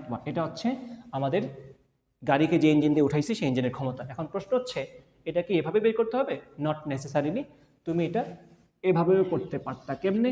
আমরা আগে ভাগেই সময় বের করে ফেলতাম, দেন কাজকে সময় দ্বারা ভাগ করতাম, আমরা এক্সাক্টলি সেম ক্ষমতা পাইতাম। কীভাবে সেটা খেয়াল করবা। আবার অন্যভাবে একটু দেখাই। সো দেখো, তুমি এখানে কি বেগের মান জানো না? হ্যাঁ। তুমি কি স্মরণের মান জানো? ইয়াস। তুমি স্মরণের মান কত জানো? এই যে তুমি কি 5 ডিভাইডেড বাই এই যে এটা বাই এটা থেকে কি তুমি সাইন থিটা জানো না? তুমি এখান থেকে স্মরণের মানটা বের করো। তাহলে আমি বলতে পারি এখানে এস ইজ ইকুয়াল টু, অর্থাৎ S is equal to VT, বেগ ইন্টু সময়। দেখো তুমি সময়ের মানটা তুমি কেমনে বের করতে পারবা? এসির মান তুমি বের করবা ওই যে লম্ব বাই অতিভুজের কনসেপ্ট থেকে। আমি বলবো তাহলে টি সমান কি আসবে, ভি বাই টি সমান কি আসবে, এসি বাই ভি। তো এসির জায়গায় তুমি বসাইতে পারো, যেহেতু আমরা এখানে বলতেই পারি সাইন থিটা সমান কি বলা যায়, সাইন থিটা সমান আমরা বলতে পারি লম্ব হচ্ছে 5, অতিভুজ হচ্ছে এসি। তো আমি এসির মান বলতে পারি কি, এসির মান আমি বলতে পারি 5 বাই সাইন থিটা। তো আমি এখানে 5 বাই সাইন থিটা বসাই দিই, সাথে 20 বসাই দিই, তাহলে এখানে পাচ্ছি আমরা 1 ডিভাইড বাই 4 সাইন থিটা। বুঝছো কি করছি আমি এখানে ওই যে 5 দিয়ে 20কে ভাগ করছি, 1 বাই 4 সাইন থিটা আসছে। এখন তুমি যদি এখানে আইসা, আমি কিন্তু এটা বিকল্প পদ্ধতি দেখাচ্ছি, কারণ তোমার মাথায় যে এটা মনে পড়বে এটা গ্যারান্টেড না। তুমি পরীক্ষার সময় এটা যদি মনে না করতে পারো তখন তুমি এই রাস্তায় কাজ করতে পারো। S is equal to VD concept থেকে তুমি টি এর মানটা বের করতে পারবা। এখন দেখো এই যে তুমি টি এর মানটা বের করছো 1/4 sin থিটা, এখান থেকে যে তুমি টি বের করে ফেলতে পারছো না, তুমি এই যে 1/4 sin থিটা যেখানে থিটার মান তুমি জানো সেটা কত 1.13 ডিগ্রি, তুমি এই টি এর মানটা ওখানে বসাও, কাজ বাই সময় থেকেও তুমি ক্ষমতা বের করতে পারবা। So we are done with power of the engine. আমরা এভাবেও ইঞ্জিনের ক্ষমতা বের করতে পারি P=FV দিয়ে, বাট মেক শিওর করতে হবে তুমি বল এবং বেগের হিসাবটা ঠিকমতো বুঝছো কিনা। কোন বল? ইঞ্জিন দ্বারা প্রযুক্ত বল, যেটা আমরা আগেরটাতে বের করছি, ইনটু বেগ, যেটা তোমরা প্রশ্নে পেয়ে গেছো। তো এখান থেকে করতে পারবা, অথবা সময় বের করে একটু লেংথি মেথডেও করতে পারবা। পরীক্ষার সময় কি মনে পড়ে তো কোনো গ্যারান্টি নেই, সেজন্য আমি দুইভাবে দেখাই দিলাম।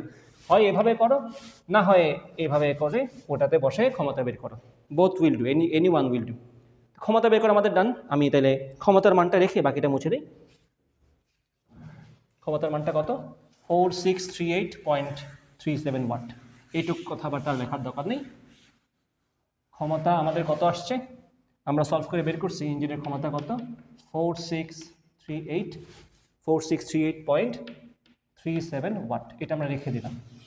ইঞ্জিনের ক্ষমতা কত? 4638.37 ওয়াট। এখন এই লোকের উদ্দেশ্য কি? এই ইঞ্জিন দিয়ে সে 100 মিটার গভীর একটা কুয়া থেকে 1000 কেজি পানি 5 মিনিট উঠাতে চায়। তো আমি দেখবো ওকে, আমি এই ইঞ্জিনকে যদি হিসাবে নিয়ে আসি, আমি বলবো তাহলে ক্ষমতার জায়গায় আমি এটা দিলাম P = mgh ডিভাইড বাই, ওই যে কনসেপ্টটা আমাদের কুয়া থেকে পানি উঠানোর ক্ষেত্রে, এখানে কিন্তু গভীরতা বলতে আবার পানি শূন্য করার কনসেপ্ট h/2 বলে দিও না, এটা জাস্ট গড় গভীরতা বলছে, তুমি এইটার জায়গায় 100ই বসাবা। সো আমি বললাম টিটা কত লাগবে এখানে, আমি বললাম mgh ডিভাইড বাই ক্ষমতা। কাজ তো তুমি বের করছি, কাজ তো তুমি বের করো নেই, এখানে বসাবো। কত কেজি পানি উঠাচ্ছি আমরা? 1000 কেজি। জি এর মান 9.8, এইচ এর মান কত? এইচ এর মান হচ্ছে 100 মিটার। আর ক্ষমতার মান কত আমরা মাত্র বের করছি? 4638.37। এখন এখান থেকে তুমি সলভ করে টি এর মানটা বের করো। সো কত আসে একটু দেখি।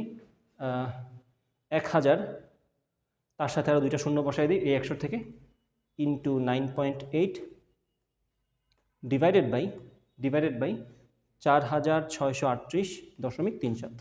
কত আসছে মানটা? 211.28 সেকেন্ড, 211.28 সেকেন্ড, যেটাকে আমরা মিনিটে নিলে কী হবে, ডিভাইডেড বাই 60 দিয়ে দিই, 3.52, 3.52 মিনিট।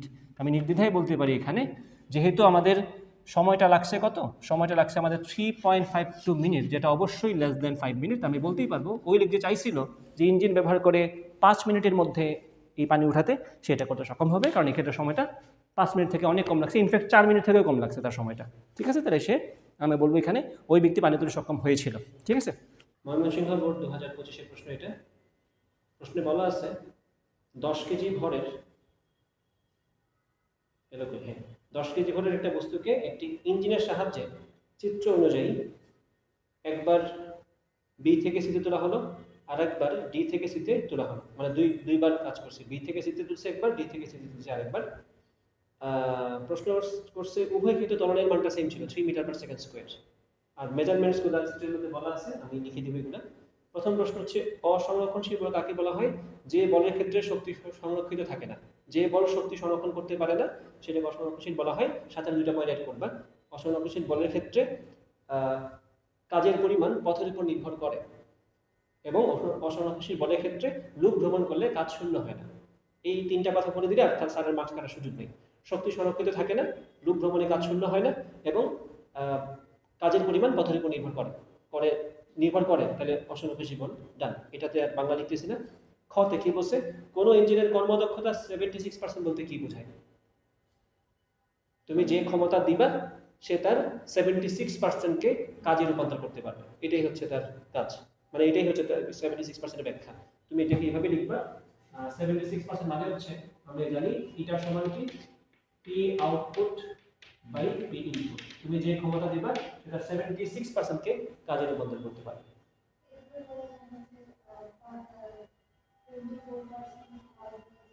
সেটাও বলতে পারবা, বাট আমার তো ক্ষয় হওয়ার থেকে হিসাব হচ্ছে আমি পাচ্ছি কি, তো পাচ্ছি কি সেটা হচ্ছে 76% পাচ্ছি, কারণ তোমাকে তো 76%ই বলছে।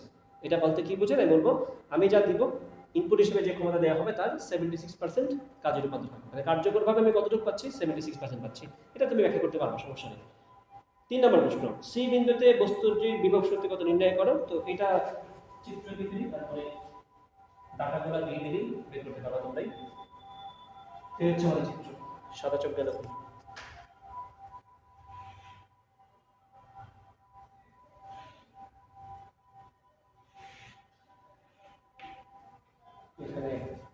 এই রাস্তায় বস্তুকে উঠেছি, আলাদাভাবে এই রাস্তায় বস্তুকে উঠেছি। আচ্ছা, এটা কত? দুই ক্ষেত্রে ত্বরণটা কত বলছে? 3 মিটার পার সেকেন্ড স্কয়ার। এই ক্ষেত্রে ত্বরণ কত বলছে? 3 মিটার পার সেকেন্ড স্কয়ার। ডাটাগুলো কি বলছে? বাংলা তো পড়াই যায় না। 10 কেজি ভরের বস্তু না? এবি বলছে 30 মিটার, বিসি বলছে 50 মিটার। এটুকুই ঠিক আছে। এবি বললাম, এবিসি কোনটা? এই যে এ কোথায়? তো এ হচ্ছে এটা, এ সি, বি ওইটা হচ্ছে ডি, ডি আর ই নাকি? এটা হচ্ছে বি। ওকে, এই হচ্ছে এ বি সি ডি। ওকে, প্রশ্নে এখন কি বলছে? প্রশ্নে বলছে এবি সমান 30 মিটার।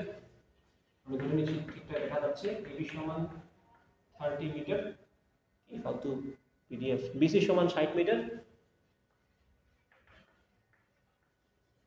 এটা হচ্ছে 60 মিটার, এটা হচ্ছে 30 মিটার। আর এসির পরিমাণ কত বলছে? এডি বলছে, এডি বলছে কত? 5 মিটার মনে হয়। এটা এডি হচ্ছে 5 মিটার, যে এই পরিমাণটা এডি বলছে 5 মিটার। এখন তোমাকে গতে প্রশ্ন করছে, আর বস্তুর ভর কত? বস্তুর ভর কত? 10 কেজি নাকি? বস্তুর ভর হচ্ছে 10 কেজি, এইটুকু তোমাকে বলা আছে। আচ্ছা, এরপরে গতে জিজ্ঞেস করছে সি বিন্দুতে বিভব কত? আমরা হাইট বের করতে পারলে বিভব বের হয়ে যায়। তাই বললাম ইউসি, সি বিন্দুতে বিভব হচ্ছে আমাদের এম জি এইচ। এইচ টা বের করতে পারলেই কাজ শেষ। এম এর মান আমরা জানি 10, জি এর মান আমরা জানি 9.8, আর এইচ এর মানটা আমরা এখন করব। এইচ এর মান বলতে কার মান? এসি এর মান। এসি হাইটটা বের করতে পারলে হয়েছে। কোণের মানটা আনতে কিছু বলা নাই আমাকে, কিন্তু আমি এখন এখান থেকে এই দৈর্ঘ্যটা কত বলছে দেখো তো প্রশ্নে, যে সিডি কত বলছে? সিডি কি বলছে? বলা হয় নাই।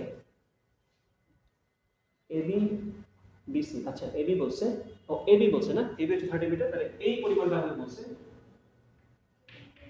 এবি বলছে 30 মিটার, এটা বলছে 30 মিটার, ঠিক আছে। আর ওইদিকে বিসি বলছে 60 মিটার। এই যে বিসি, এই পরিমাণ বলছে কত? 60 মিটার। আমি কিন্তু এটা আর এটা থেকে এই হাইটটা বের করতে পারতেছি। এটা তো এখন বলা যায় ভূমি জানি অতিভুজ জানি, আমি কি কোনটা বের করতে পারবো না? অথবা আমি ভূমি জানি অতিভুজ জানি, আমি কি লম্ব বের করতে পারবো না? আমার তো লম্ব দরকার। আমি বললাম তো এটা হচ্ছে আমাদের লম্ব, তাই বলবো এখানে তাহলে আমরা বলবো এসি সমান হচ্ছে √/, BC square minus AB square. তো বিসির মান তোমাকে প্রশ্নে বলছে 60 স্কয়ার করে দাও, মাইনাস এবি মান তোমাকে প্রশ্নে বলছে 30 স্কয়ার করে দাও, বিয়োগ করে দাও, রুট করে দাও। 60 স্কয়ার হচ্ছে 3600, 30 স্কয়ার হচ্ছে 900, 36 থেকে 900 কত হয়? 2500, রুট করলে কত আসবে? 50। তাহলে বলতে পারলাম এসির মান হচ্ছে 50 metre. If AC is 50 meters, then potential energy at point C will be 10 into 9.8 into 50. এখন 50 into 10 হচ্ছে 500 into 9.8 কত হয়? আমাদের 500 into 9.8 কত হয়? 500 times 9.8, 500 times 9.8, 4900। আচ্ছা আসবে কত? 4900 জুল। তাহলে আমাদের গ শেষ। গ আমরা সলভ করলাম। ঘ থেকে জিজ্ঞেস করছে কোন পথে যেতে ইঞ্জিনটির শক্তি বেশি ক্ষয় হয়েছে? সে কি বিসি পথে শক্তি বেশি ক্ষয় হবে নাকি ডিসি পথে শক্তি বেশি ক্ষয় হবে? এটা আমরা কিভাবে করব? শক্তি বেশি ক্ষয় হয়, এই কথার মানে কি? কোন রাস্তায় কাজ বেশি করতে হবে, তাই না? কোন রাস্তায় কাজ তার বেশি করতে হবে, এটা আমরা কিভাবে ব্যাখ্যা করব বা এটা কিভাবে বের করব? শক্তি বেশি ব্যয় হওয়া মানে কি? কাজ বেশি ব্যয় হওয়া। কাজ বেশি করা, কাজ বেশি মানে শক্তি বেশি, কাজ কম মানে শক্তি কম। তাহলে দেখো তো, আমি ডি থেকে সিতে গেলে অথবা বি থেকে সিতে আসলে কাজের পরিমাণটা কি সেম থাকবে না? শক্তি মানে কি? কাজ। শক্তি ক্ষয় হবে তো কাজের উপর ভিত্তি করে। আমি ডি থেকে সিতে গেলে যে কাজ আমার হবে, আমি কি বি থেকে সিতে আসলে সেম কাজ হবে না? বুঝতে পারছো নাকি বুঝো নাই? আচ্ছা আমি বুঝাই। এখন এখানে কথাটা হচ্ছে, এখানে কিন্তু সরি বাই দ্য ওয়ে, এটা কিন্তু মিটার পার সেকেন্ড স্কয়ার। এখানে তোমার ত্বরণ বলে দিছে না, ত্বরণ তুমি জানো। তাহলে এখানে এটা শিওরলি আমরা বলতে পারি এই ক্ষেত্রে আমরা সমবেগে যাচ্ছি না। ত্বরণ দিয়ে দিছে মানে কি? There is no constant velocity, সমবেগ না। সমবেগ যদি না হয় সেক্ষেত্রে আমাদের ব্যাপারটা একটু অন্যভাবে সলভ করতে হবে। এখানে তুমি বললে হবে না এখানে কাজের পরিমাণ 10 GH না, দাঁড়িয়ে কাজ করতে হবে এখানে, এবং যেটা অবশ্যই অভিকর্ষ বলের সমান না। অভিকর্ষ বলকে উপেক্ষা করে তাদের ত্বরণ বের করতে হচ্ছে এখানে। তাহলে একটু চিন্তা করবে এখানে জিনিসটা কিভাবে সলভ করা যায়। এখানে এগুলো একটা দিয়েই করে, আমি এটা দিয়ে সলভ করি আগে নাকি? আচ্ছা আমি কি এই জায়গার সব মেজারমেন্ট জানি না অলরেডি? এখন এটা হচ্ছে 60, এটা হচ্ছে 30, এটা তো জানি আমরা এখন, আমরা এটা দিয়ে সলভ করি আগে। এটা দিয়ে সলভ করতে পারলে অন্যরা পারবে। বি থেকে সি, আর এখানে হচ্ছে এ, এটা কত 30 মিটার, এটা কত 60 মিটার, এটা কত কত আসছে আমাদের, এটা 50 মিটার নাকি?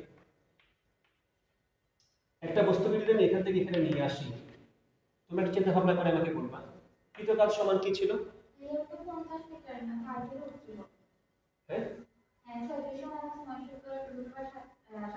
ও 2700 হয়, সরি সরি সরি, তাহলে তো অনেক কিছু ভুল করে দিচ্ছি। আমরা আবার এখানে বের করি, এই কথা আমরা বলে দিই। তাহলে 3600 মাইনাস 900 কত 2700, রুট করলে কত আসে 30√3। তাহলে আমাদের ডেসিমাল 30√3 যদি হয় তাহলে আমরা এখানে বলবো UC সমান 10 ইনটু 9.8 ইনটু 30√3। তাহলে বিকশিত মানটা কত আসবে? আবার করি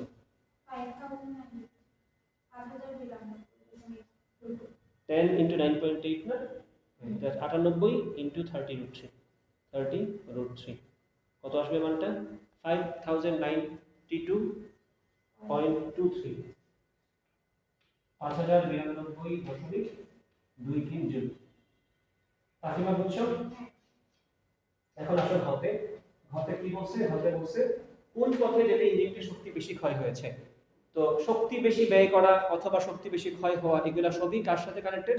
কাজ বেশি করছে মানে শক্তি বেশি ক্ষয় হয়েছে, কাজ কম করছে মানে শক্তি কম খরচ হয়েছে। এখন যদি এখানে ত্বরণ না দিয়ে বলতো সমবেগে চলতেছে, সমবেগে চললে ব্যাপারটা একদম ইজি ছিল, দুই ক্ষেত্রে আমাদের কাজের পরিমাণটা অভিকর্ষ বলের সমানই আসতো। ঠিক আছে, অভিকর্ষ বলের বিরুদ্ধে কাজ যাক, সেক্ষেত্রে তার যেভাবেই যাক, এই রাস্তায় এমনি যাক অথবা এই রাস্তায় এমনি যাক, যেভাবে ইচ্ছা যাক, কাজের পরিমাণ সমানই আসতো। আমি তোমাদেরকে ব্যাপারটা বুঝাবো, ভেঙেই বুঝাবো, ভালোভাবে থাকবো। আমি বললাম আমি এই পাশটা দিয়ে আগে সলভ করে ফেলি। এটা কত 30 মিটার, এটা কত আমাদের আসছে এখন 30√3 মিটার, এটা কত 60 মিটার। আমি বস্তুটাকে এখান থেকে এখানে নিয়ে আসবো। আমাদের নাম কি জায়গাটার? A B C. ত্বরণটা কত 3 মিটার পার সেকেন্ড স্কয়ার। এটা সলভ করার সবথেকে সহজ উপায় কি হবে বলো তো? আমি যদি ত্বরণ জানি তার মানে অবশ্যই এখানে বেগের পরিবর্তন হবে, ত্বরণ জানি মানে বেগের পরিবর্তন হবে। আচ্ছা তাহলে কাজ করতেছে এখানে ইঞ্জিন না, ইঞ্জিন দ্বারা বেরিয়ে শক্তি, তো ইঞ্জিনে তো জিনিসগুলো এখান থেকে এখানে আসতেছে। তাহলে আমি যদি তার এই জায়গায় ব্যাগটা ধরবো কত বলো তো? এই জায়গায় ব্যাগ আমি তার কত ধরবো? 0। এই জায়গায় আসতে তার একটা ব্যাগ হবে না? আমি কি রাস্তার দৈর্ঘ্য জানি না 60 মিটার, 60 মিটার শেষে তার ব্যাগটা কত হবে? তার এখানে ব্যাগটা কত হবে? যদি ত্বরণটা 3 মিটার পার সেকেন্ড করে থাকে, আমি তার শেষ ব্যাগটা বের করে এর বললাম v at point c, c পয়েন্টে ব্যাগটা কত হবে? তার v সমান vc সমান কি আসবে? u এইভাবে না আমরা, আচ্ছা আমি এইভাবে লিখতে পারি BC পথে, BC পথে এই যে B থেকে C তে আসতেছিলাম না, বললাম BC পথে আদি বেগটা কত 0, শেষ বেগটা কত? আমি এভাবে v সমান v স্কয়ার সমান u স্কয়ার প্লাস 2as। চিনতে গেলে সূত্র আদি বেগ তো 0, তাই বলবো v সমান কত আসবে? √2 ইনটু ত্বরণ কত 3, সরণ কত 60 মিটার। আমি যদি এখানে শেষ বেগটা পেয়ে গেছি না, 3 60 কে 180 দুগুণে 260 যোগ করলে কত আসবে? 6√10। তাহলে শেষ বেগটা কত আসলো আমাদের? 6√10 মিটার পার সেকেন্ড। এটা হচ্ছে আমাদের শেষ বেগ। আদি বেগ জানি, শেষ বেগ জানি, আমি কি গতিশক্তির পরিবর্তন বের করতে পারবো না? যেহেতু বস্তুর ভর আমি জানি, তো গতিশক্তির পরিবর্তন সমান কি? কৃত কাজ শক্তির পরিবর্তন। আমরা এখন তাহলে বলবো কাজ শক্তির উপপাদ্য যে পাই অ্যাপ্লাইং ওয়ার্ক এনার্জি থিওরেম, কাজ শক্তির উপপাদ্য আমরা প্রয়োগ করলাম। জানি আমরা কি জানি কাজ শক্তির উপপাদ্য মানে কি? কৃত কাজ সমান কি? গতিশক্তির পরিবর্তন। তোমরা কি বুঝতে পারছো? তাই না? কৃত কাজ সমান যদি গতিশক্তির পরিবর্তন হয়, এখানে আমরা কৃত কাজ কার দ্বারা বলতে এখানে আছে, কার দ্বারা কৃত কাজ এখানে আছে? কাজ তো হবে বলের দ্বারা, কাজ তো হয় বল, আদি বেগ দ্বারা কাজ তো নাই, বলের দ্বারা কাজ হবে। কোন কোন বল এখানে ইনভলভ আছে? একটা হচ্ছে ইঞ্জিন, যেটাকে ইঞ্জিন টানতেছে, টানতেছে, তাই না? আবার এদিকে একটা আছে অভিকর্ষীয় বল, যেটাকে এদিকে টানতেছে। বুঝছো কিনা? আমি যদি এইভাবে বলি এই রাস্তা বরাবর যে সে উঠবে, ব্যাপারটা ভালো করে খেয়াল করো। আমি যদি একটা বস্তুর বলি এটা হচ্ছে ওজন, তার একটা উপাংশ এদিকে একটা উপাংশ এদিকে, এগুলো কি মনে আছে না? mg cos θ mg sin θ, mg sin θ তো এদিকে আছে, mg sin θ তো এদিকে আছে, আর mg cos θ তো এদিকে আছে। mg cos θ কি উলম্ব প্রতিক্রিয়া দ্বারা ব্যালেন্স হয়ে গেছে না? mg cos θ কিন্তু উলম্ব প্রতিক্রিয়া দ্বারা ক্যান্সেলড আউট। টিকে আছে কি mg sin θ, টিকে আছে কি mg sin θ। এখন mg sin θ এদিকে, আর আমার ইঞ্জিনটা বস্তুটা রাখতেছে কোন দিকে? উপরের দিকে। আমি যদি ইঞ্জিন দ্বারা প্রযুক্ত টানের কথা বলি সেটা হচ্ছে এদিকে, এটা ইঞ্জিন দ্বারা প্রযুক্ত বল, এটা ইঞ্জিন দ্বারা প্রযুক্ত বল, আর এটা হচ্ছে ওজন জনিত তল বরাবর উপাংশ mg sin θ। এটাকে আমি ফিরে বললাম, কোনটাকে থিটা বললাম আমরা এখানে? আর এখানে এদিকে একটা বল আছে, এদিকে একটা বল আছে, আর এই বলটা কিন্তু মানে উলম্ব প্রতিক্রিয়া দ্বারা ক্যান্সেলড আউট, এটা বাদ। এই দুটো বল তো আছে, স্বাভাবিকভাবে এখানে জিতবে কে? এটাই জিততেছে, কারণ ত্বরণ তো উপরের দিকে আছে। আমি এখানে কি লিখবো? ওয়ার্কটা কি লিখবো? f লব্ধি বলটা এখানে কত? f minus mg sin θ, f minus mg sin θ সমান গতিশক্তির পরিবর্তন কি সেটা? Half m v square minus আদি তো 0 0 ছিল, লিখলাম এভাবে একবার। কাজ শেষটা কি? এখানে কিন্তু লব্ধি বলটা বললাম, বল দ্বারা কি করতে হবে? কাজ করতে হবে না? সরণটা কত হইছে বলতো এখানে? সরণটা কত হইছে? এই যে বরাবর সরণটা কত হইছে? হ্যাঁ, আমি এভাবে লিখে দিলাম 60 মিটার না? 60 মিটার সমান। না, আমি এটাকে একটু ভেঙে দিই। এখানে বললাম আমরা এখানে কাজটা হচ্ছে কার দ্বারা? কাজটা হচ্ছে ইঞ্জিন দ্বারা, প্লাস কাজটা হচ্ছে কার দ্বারা?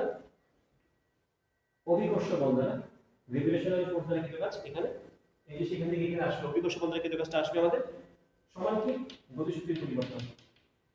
এই জিনিসটা কিভাবে চিন্তা করব এটাই ভালো হবে বোঝার জন্য। কাজ শক্তি উপপাদ্যের কনসেপ্টটা কি? যতগুলা বল আছে সবার দ্বারা কৃত কাজের সমষ্টি সমান বস্তুর গতিশক্তির পরিবর্তন। এখানে কি কি জিনিস আছে? মেশিন আছে আর অভিকর্ষীয় বল আছে। মেশিন দ্বারা কৃত কাজ প্লাস অভিকর্ষীয় বল দ্বারা কৃত কাজ সমান কত? গতিশক্তির পরিবর্তন বস্তুটা। এখন আমাকে কি এটাই বের করতে হবে না যে ইঞ্জিন দ্বারা কাজ কত? একটু চিন্তা ভাবনা করে দেখেন কি আসে।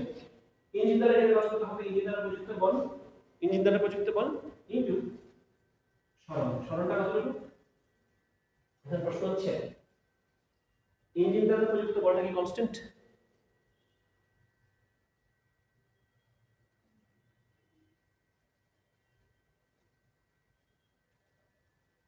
কনস্ট্যান্টই হবে, বল কনস্ট্যান্ট দেখে তো তখন কনস্ট্যান্ট, তাই না? আমি এটা করি ইঞ্জিন দ্বারা কৃত কাজ, ইঞ্জিন দ্বারা কৃত কাজ আমরা যেটা বের করব ইঞ্জিন দ্বারা কৃত কাজ কত, অভিকর্ষ বল দ্বারা কৃত কাজ কত হবে। একটা বস্তু যদি এখান থেকে এখানে আসে অভিকর্ষ বল দ্বারা কাজ কি হবে? mgh, অভিকর্ষ বল দ্বারা কাজটা mgh। এটা কি অভিকর্ষ বল দ্বারা নাকি বিরুদ্ধে হবে? বিরুদ্ধে, তাহলে কি লিখবো? Minus mgh।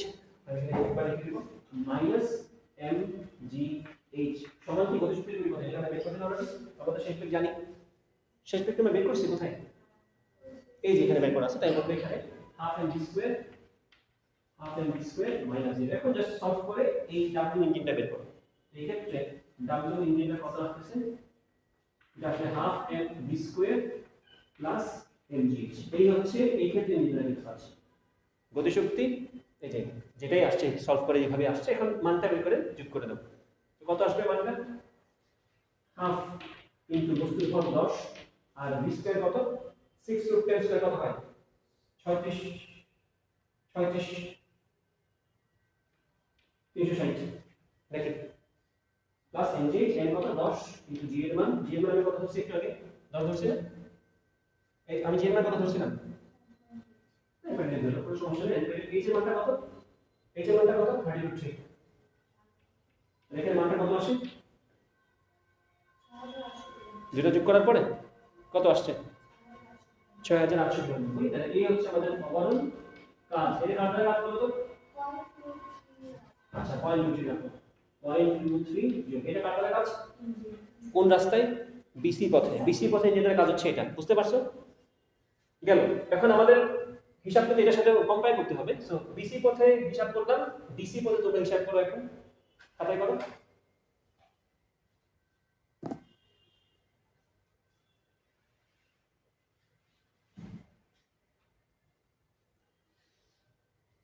ডিসি পথের দৈর্ঘ্য কি আমরা জানি? এডি কত? এডি 5 মিটার। বের করো। এই যে এটাতে এখন তো এটা জানা 30√3 30√3 এর 5 এটাতে বের করা যাবে ইজিলি। সেটা কত আসবে? √30√3 স্কয়ার প্লাস 5 স্কয়ার।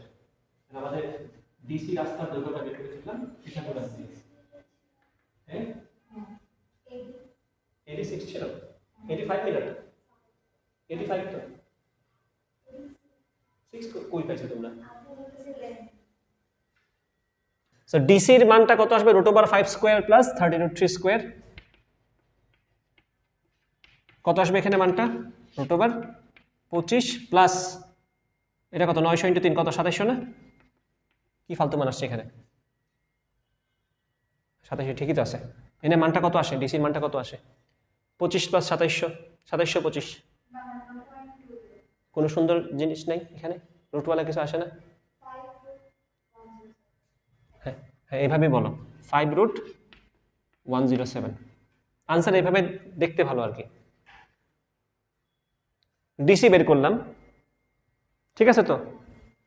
আচ্ছা এখন আমাদের কাজ হচ্ছে এখান থেকে যে এখানে আসছে সেক্ষেত্রে আবার শেষ বেগটা বের করে ফেলা এই রাস্তায়। তো এই রাস্তাতে আমি ত্বরণ জানি, আমি যদি বলি ডিসি পথে আমাদের শেষ বেগটা কত? ভি স্কোয়ার সমান √, মানে ভি সমান √u স্কোয়ার প্লাস 2s।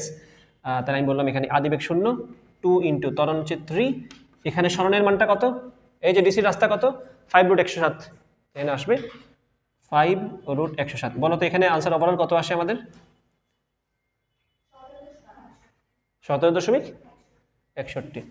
হ্যাঁ 17.61 মিটার পার সেকেন্ড। এটা হচ্ছে ডিসি পথে আমাদের শেষ বেগ। তা আমি এগেইন এখানে গতিশক্তির পরিবর্তনের ব্যবস্থা করে ফেললাম।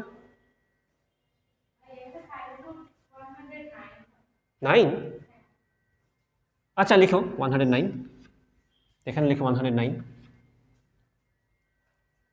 ঠিক আছে? পড় না, এখনই বলে ফেলে করেছি ভুল করে থাকলে।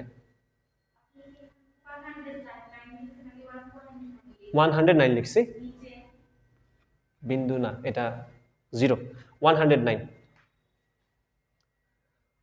মান কি ঠিক আছে? এটা এখন 17 মান তো চেঞ্জ হবে কিছুটা,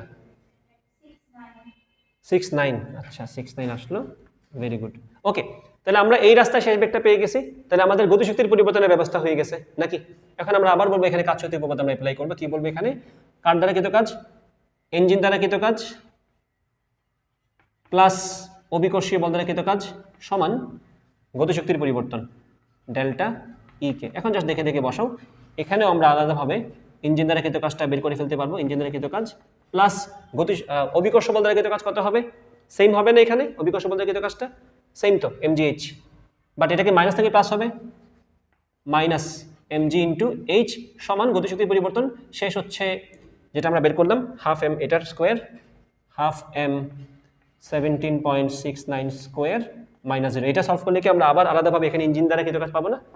তো এখানে আমাদের ইঞ্জিন দ্বারা কৃত কাজটা কত আসবে? এই যে mgh প্লাস হাফ m, ওইটা পড়না বুঝছো? তাহলে এটা সলভ করে আমাকে দাও আনসারটা কত আসে বলো? mgh plus half m 17.69 square. mgh কত? 10 into 9.8 into 30√3 plus half into 10 into 17.69 square. কত আসে মানটা?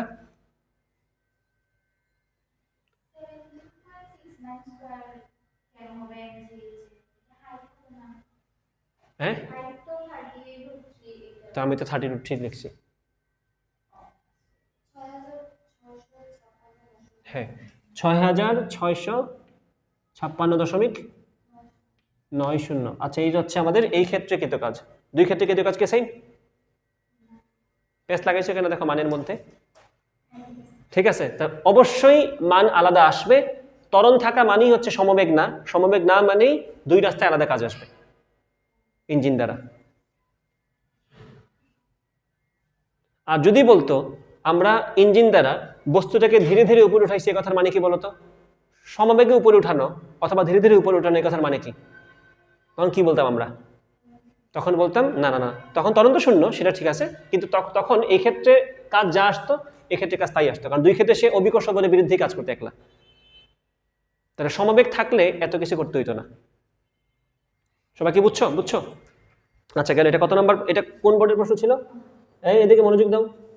এটা কিন্তু একটা ভালো প্রশ্ন, পরীক্ষায় আসতে পারে, এবং আশা করি বুঝছো। কেন আবার বলি, 25 পেজের পোলাপাইন আন্দোলন করছিল প্রশ্ন কঠিন নিয়ে, এই ধরনের প্রশ্ন পরীক্ষা আসছে। এটা মোটেও তোমরা ক্যাজুয়ালি পরীক্ষা দিতে গেছো আর সলভ করে ফেলবে, এটা পসিবল না। দেখো এইটার সলিউশন কারো মাথায় আসে না। তরণ দেখেই তো মানুষজন জোর করে এটাকে অবিকর্ষ বলদারাকৃত কাজ বলে দিচ্ছে সবাই। অনেকেই এটা করছে, মানে জোর করেই বলছে এখানে কাজ যায়, এখানে কাজও তা, কিন্তু ব্যাপারটা সত্য না। গেল এটা 3 নাম্বার প্রশ্ন। এখানে মানে 2টা প্রশ্ন আসছিল অবিকর্ষ কাজচ্যুতি ক্ষমতা থেকে, ময়মনসিংহ বোর্ডেরই প্রশ্ন। মানে এইখানে 2টা প্রশ্ন আসছে কাজচ্যুতি থেকে। মহাকর্ষীয় ধ্রুবক কাকে বলা হয়? মহাকর্ষীয় ধ্রুবক কাকে বলা হয়? আমি এটা স্ক্রিনশটে দিয়ে দিব, রেকর্ডের পার্টে আমি ওটা তুলে দিব সংজ্ঞাটা। এরপরে বলছে পৃথিবীর কেন্দ্রে অভিকর্ষ ত্বরণ শূন্য কেন হয়? এটা মূলত মহাকর্ষের প্রশ্ন দিয়ে দিয়েছে। পৃথিবীর কেন্দ্রে অভিকর্ষ ত্বরণ শূন্য কেন হয় ব্যাখ্যা করতে বলছে। তো সহজে যদি ব্যাখ্যা করতে চাও ব্যাপারটা এভাবে ব্যাখ্যা করবা। যদি সূত্র দিয়ে করতে চাও, আমরা তো পৃথিবীর কেন্দ্রে চলে গেছি না, আমি বলবো আমরা জানি। আমি 27 পেজে একটা ক্লাসে এটা দিছিলাম, আমরা জানি দেওয়ার তো দরকার নেই, আমি জানি দিতে পারি। আমি জানি বলে ভাবছে স্টুডেন্টরা, বলছে এটা তো হইলো না, স্যারও তো জানতে হবে। তখন বলছে আমি এটা এদেরকে যে আমিও জানি আপনিও জানেন, তোমাদের লিখে দিলাম আমিও জানি। বাকিদের দায়িত্ব আমি নিব কেমনে? সবাই তো নাও জানতে পারে। আমিও জানি, আপনারাও জানেন, আপনিও জানেন। সেটা কি? পৃথিবীর অভ্যন্তরে জি এর মানে সূত্রটা কি? GH সমান 1 - h/r × g।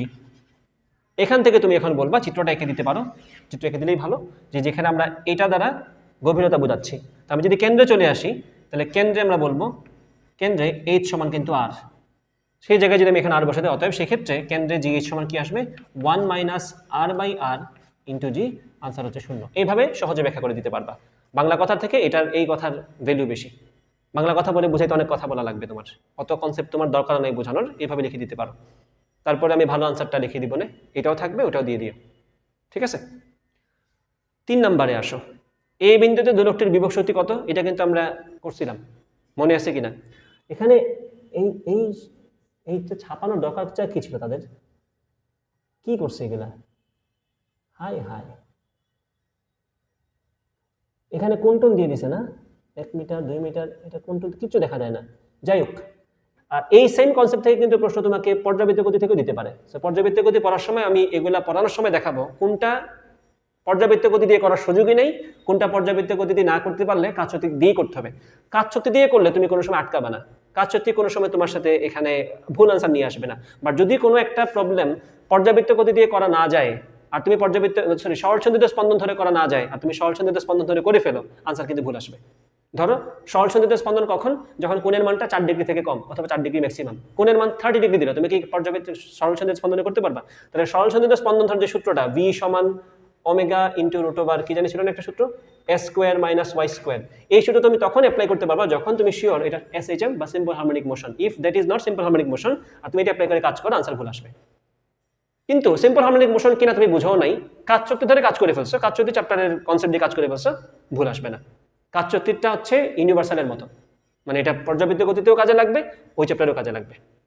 সো আমরা পর্যাবৃত্ত গতির চ্যাপ্টারে গেলে এগুলো নিয়ে আলোচনা করবো, আপাতত এটা করতেছি না। আর এটা করা হয়েছে অলরেডি, এটাও পর্যাবৃত্ত গতিরই পার্ট। এইটুকু আমাদের ডান। এখন কাজ শেষ করতেছি না, যেহেতু 6:50 বাজে, কিছু আলোচনা বাকি আছে আমার। একটু আগে যে ম্যাথটা করলাম যে ত্বরণ সহ যদি উঠে, সেক্ষেত্রে তো অনেক কথাবার্তা বলছি, আমি এটা একটু ইলাবোরেট করি এখন, ওটা নিয়ে কিছু কথা বলা বাকি আছে আমার।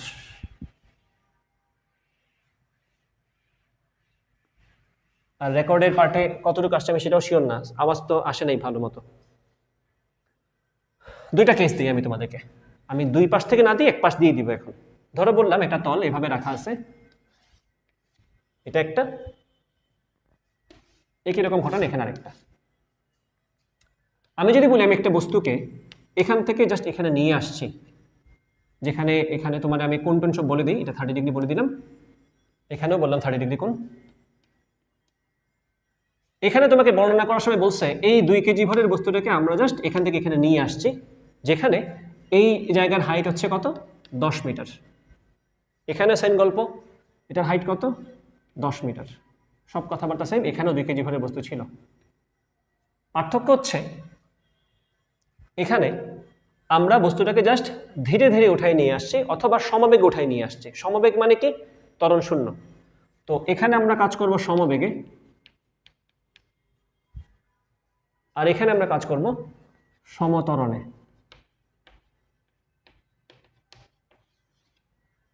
দেয়ার ইজ হিউজ ডিফারেন্স সমত্বরণ আর সমবেগের মধ্যে। প্রশ্নের পুরা চেহারা, কাঠিন্য সব বদলে যাবে। সমবেগ হইলে একদম ইজি। কারণ কি খেয়াল করো, একটু বোঝার চেষ্টা করবা। আমি সব ক্ষেত্রেই কোন সূত্রটা অ্যাপ্লাই করতে পারি? কাজ শক্তি উপপাদ্য। তাই বললাম এখানে আমরা ওয়ার্ক এনার্জি থিওরাম অ্যাপ্লাই করি। ওয়ার্ক এনার্জি থিওরাম আমরা এখানে অ্যাপ্লাই করি। Work energy theorem. Work energy থিওরামের বক্তব্য কি? কৃত কাজ সমান গতিশক্তির পরিবর্তন। কৃত কাজ অবশ্যই কার দ্বারা হয়?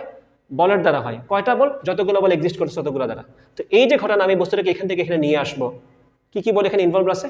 একটা হচ্ছে একজন টেনে তুলতেছে, একটা হচ্ছে অভিকর্ষীয় বল। তা আমি বললাম ওজন দ্বারা কৃত কাজ, এবং প্রযুক্ত যে মানুষটা এটা তুলতেছে তার দ্বারা কৃত কাজ। আমি বললাম সে বল দিচ্ছে। যদি আমি বলি এখানে সমবেগ, ব্যাপারটা বোঝার চেষ্টা করবা। আমি বলবো এখানে কি কি বল দ্বারা কাজ আছে? ওই মানুষ দ্বারা কৃত কাজ আছে, প্লাস অভিকর্ষীয় বল দ্বারা কৃত কাজ আছে, জি দ্বারা বোঝাচ্ছে অভিকর্ষীয় বল দ্বারা কৃত কাজ। আর এখানে বললাম গতিশক্তির পরিবর্তন। দেখো, যদি এখানে সমবেগ বলি, গতিশক্তির পরিবর্তন হবে। সমবেগ মানে কি? এখানে বেগ যে এখানে বেগতা, তাহলে এখানে গতিশক্তির পরিবর্তন শূন্য। তাহলে এখানে আমরা কি বলবো? এখানে আমি বলবো work done by the applied force is opposite অথবা মাইনাস অফ গ্রেভিটেশনাল ফোর্স দ্বারা কৃত কাজ। তাহলে এখানে তোমার আর কোনো কথাবার্তা বলার দরকার নেই। তুমি গ্রেভিটি দ্বারা কাজ যা, তার মাইনাস দিয়ে দিলেই ওই বস্তু দ্বারা কাজ পেয়ে যাবে। অর্থাৎ বস্তু দ্বারা বলতে ওই মানুষ দ্বারা কাজটা তুমি পেয়ে যাচ্ছ। তো তুমি কি এখন এখান থেকে এখানে যখন বস্তুটা আসছে, অভিকর্ষ বল দ্বারা কাজটা জানো না? সেটা কত? মাইনাস তো আসেই। মাইনাস তো আমাদের বীজগণিত থেকে আসছে। অভিকর্ষ বল দ্বারা যখন বস্তুটা এখান থেকে এখানে আসছে, তখন কাজটা কি পজিটিভ নাকি নেগেটিভ? নেগেটিভ। তাহলে কি বলবো এখানে? Minus M G H. সবটা তোমার জানা আছে। এখন তার আনসারটা কি আসবে? মাইনাস মাইনাসে প্লাস এম। এম এর মান কত? 2, জি এর মান কত? 10, আর এইচ এর মান কত? 10। তাহলে কত আসলো? আচ্ছা, আমি জি এর মান 9.8 ধরি, কারণ এইচএসসি তো আমরা এইসব করতে পারবো না। তো 10 দুগুণে 20 ইন্টু 9.8 কত হয়? 196 নাকি? এটা কার দ্বারা কৃত কাজ আসলো? এটা কার দ্বারা কৃত কাজ আসছে বলো তো? এই এক্সটার্নাল এজেন্ট দ্বারা, মেশিন দ্বারা কৃত কাজ। তাহলে দেখো, এক্সটার্নাল এজেন্ট অথবা মেশিন অথবা মানুষ দ্বারা কৃত কাজ হচ্ছে অভিকর্ষ বলের সমান পরিমাণ বলে। অভিকর্ষ বল দ্বারা যে কাজটা ছিল সেটা নেগেটিভটাই হচ্ছে তাদের কাজ। তাদের কাজটা পজিটিভ নাকি নেগেটিভ? পজিটিভ। অবশ্যই সে তো দিকে দিচ্ছে, বস্তু দিকেই যাচ্ছে। সো তাদের পজিটিভ কাজ। সো এখানে দেখো ব্যাপারটা কত সিম্পল। যদিও কাজচুদি ক্ষমতার কথা এখানে কেউ তুলে না, আমি তুলে নিয়ে আসলাম তোমাদেরকে কনসেপ্টটা বোঝানোর জন্য, যেখানে ব্যাপারটা কাজচুদি ক্ষমতা দিয়ে ব্যাখ্যা করা যাচ্ছে। অন দ্য আদার হ্যান্ড এখানে আসো, এখানে আমরা কি বলছি? সমত্বরণ। আমরা এখানে বললাম, আমি এখানে বললাম যে আমি এখানে ত্বরণ দিচ্ছি কত? 2 মিটার পার সেকেন্ড স্কোয়ার। তোমাকে সবসময় যে 2 মিটার পার সেকেন্ড স্কোয়ার ত্বরণ বলে দিবে ব্যাপারটা এরকম না। তোমাকে মাঝে মধ্যে এখানে বড় দিয়ে দিতে পারে, তোমাকে বলতেই পারে এখানে ত্বরণ দিতে। আচ্ছা, ত্বরণ দিয়ে করি আগে। আমি বললাম ওয়ার্ক এনার্জি থিওরি অ্যাপ্লাই করি এখানে। ওয়ার্ক এনার্জি থিওরি, আবার সেম কথা, কৃতকাজ সমান গতিশক্তির পরিবর্তন। কোন কোন বল দ্বারা কৃতকাজ? যারা যারা তোমার চিত্রে এক্সিস্ট করতেছে। তুমি তো জানো কোন কোন বল এখানে আছে। অভিকর্ষীয় বল, আর এই যে তাকে তুলতেছে তাই না, তার দ্বারা প্রযুক্ত বল। তো এটা আছে আর এটা আছে। তাহলে অভিকর্ষ বল দ্বারা কৃতকাজ প্লাস এক্সটার্নাল ফোর্স বা মানুষ দ্বারা কৃতকাজ সমান গতিশক্তির পরিবর্তন। নাও ইট ইজ নট জিরো। এখন তো ত্বরণ আছে, শেষ বেগ আছে। তো আমি জাস্ট সলভ করে এখানে বলতে পারি ভি স্কোয়ার সমান U square plus 2g, 2 into 9.8 কতটুকু গেছে? 2as বললে 9.8 থেকে আসছে। 2 ইন্টু 2 ইন্টু কতটুকু গেছে সে বলো তো এখানে? 20 মিটার, তাই কিনা? বুঝতে পারছো কিনা? এটা যদি 10 মিটার হাইট হয়, এটা 30 ডিগ্রি হয়, সাইন 30 মানে কত? হাফ। তার অতিভুজ কত হইতে হবে হাফ হওয়ার জন্য? লম্ব তো 10 বলেই দিছি তোমাকে, অতিভুজ কত হইতে হবে? 20। তাহলে 20 দুগুণে 40, দুগুণে 80, রুট করলে কত হবে? 5 হলো 80, 4√5। তাহলে আমরা শেষ বেগটা পেয়ে গেলাম তার। এখন আমরা এখানে আসবো গতিশক্তি পরিবর্তন মানে কি? Half M V square minus 0, আদি বেগ তো 0। এখন বলো অভিকর্ষ বল দ্বারা কাজ কত আসবে? কি আসবে বলো তো? Minus M G H. নিচে ছিল উপরে উঠছে, অভিকর্ষ বলের বিরুদ্ধে কাজ হয়েছে, প্লাস এই ইঞ্জিন দ্বারা কৃত কাজ WF। This is not same as MGH, কারণ এখন এখানে একটা ঝামেলা আছে। বুঝতে পারছো ব্যাপারটা? তুমি যদি গ্রামার ফলো করো তোমরা কিন্তু কম বুঝেও কাজ করতে পারবা, কম বুঝে তোমার আনসার চলে আসবে। আর বেশি চিন্তা ভাবনা করে কিন্তু ফিজিক্স পরীক্ষায় সময় কুলাবে না। কনসেপ্ট থাকতে হবে, সাথে গ্রামারটাও শক্ত থাকতে হবে, যাতে করে তোমার টেকনিকটা তোমাকে সাহায্য করে পরীক্ষায় একদম স্ট্রেস ফ্রি ভাবে কাজ করতে। বুঝছো? সো এখন হাফ এম বি স্কোয়ার কত আসবে? হাফ এম এর মান কত বলছি? 2 কেজি। বি স্কোয়ার কত? এটা কত আসবে? 16 5 16 80। 2 দিয়ে 2 কাটা, তাহলে এখানে আমরা বলবো work done by the applied force is equal to mgh, পাশে নিয়ে আসো, প্লাস 80। তাহলে mgh কত? 2 ইন্টু 9.8 ইন্টু 10 প্লাস 80। 2 ইন্টু 9 কত? 19.6 196 যোগ 80। 196 যোগ 80 কত হয়? 276। এটা কার দ্বারা কাজ? এটা কার দ্বারা কাজ? এই ফোর্স দ্বারা কিন্তু কাজ এটা। বুঝতে পারছো? সো যদি এমসিকিউতে প্রশ্ন আসে, যদি প্রশ্নের মধ্যে তুমি দেখো যে প্রশ্নের মধ্যে ত্বরণ নিয়ে কোনো কথা তুলে নাই, প্রযুক্ত বল নিয়ে কোনো কথা বলে নাই, তাহলে বুঝে নিবা এই ঘটনা ঘটছে। তখন অভিকর্ষ বল দ্বারা কিন্তু কাজটার পজিটিভ ভার্সনটাই তুমি লিখে দেবা, মানুষ দ্বারা বা বস্তু দ্বারা কাজটা পেয়ে যাবা। আর যদি দেখো প্রশ্ন ত্বরণ নিয়ে কথা তুলছে অথবা বস্তুর দ্বারা প্রযুক্ত আলাদা বল নিয়ে কথা বলছে, ধরো বস্তু, তোমাকে এটাও তো বলতে পারে আমি বল দিছি, মনে করো মানুষটা 500 নিউটন বল দেওয়া শুরু করছে, তো বল আছে মানে কি? ত্বরণ আছে। কারণ ত্বরণটা কত আসবে? 500 নিউটন দিয়ে ত্বরণ বের করো না, 500 আছে এদিকে আর এদিকে কত আছে? লাগবে না, তুমি এটা দিয়ে কাজ করলেই হবে। তুমি এটা দিয়ে কাজ করলেই হবে। অভিকর্ষ বল দ্বারা কিন্তু কাজ, অভিকর্ষ বল দিয়ে কিন্তু কাজ কত হবে? -mgh। আর এটা দ্বারা কিন্তু কাজ কত হবে? ওই যে বল ইন্টু সরণ ইন্টু বল যেদিকে সরণ তো ওইদিকেই হচ্ছে cos 0 ডিগ্রি। এই গ্রামার ফলো করলে তুমি কখনোই আটকাবে না, তোমার কোনো গ্যাঞ্জাম লাগবে না।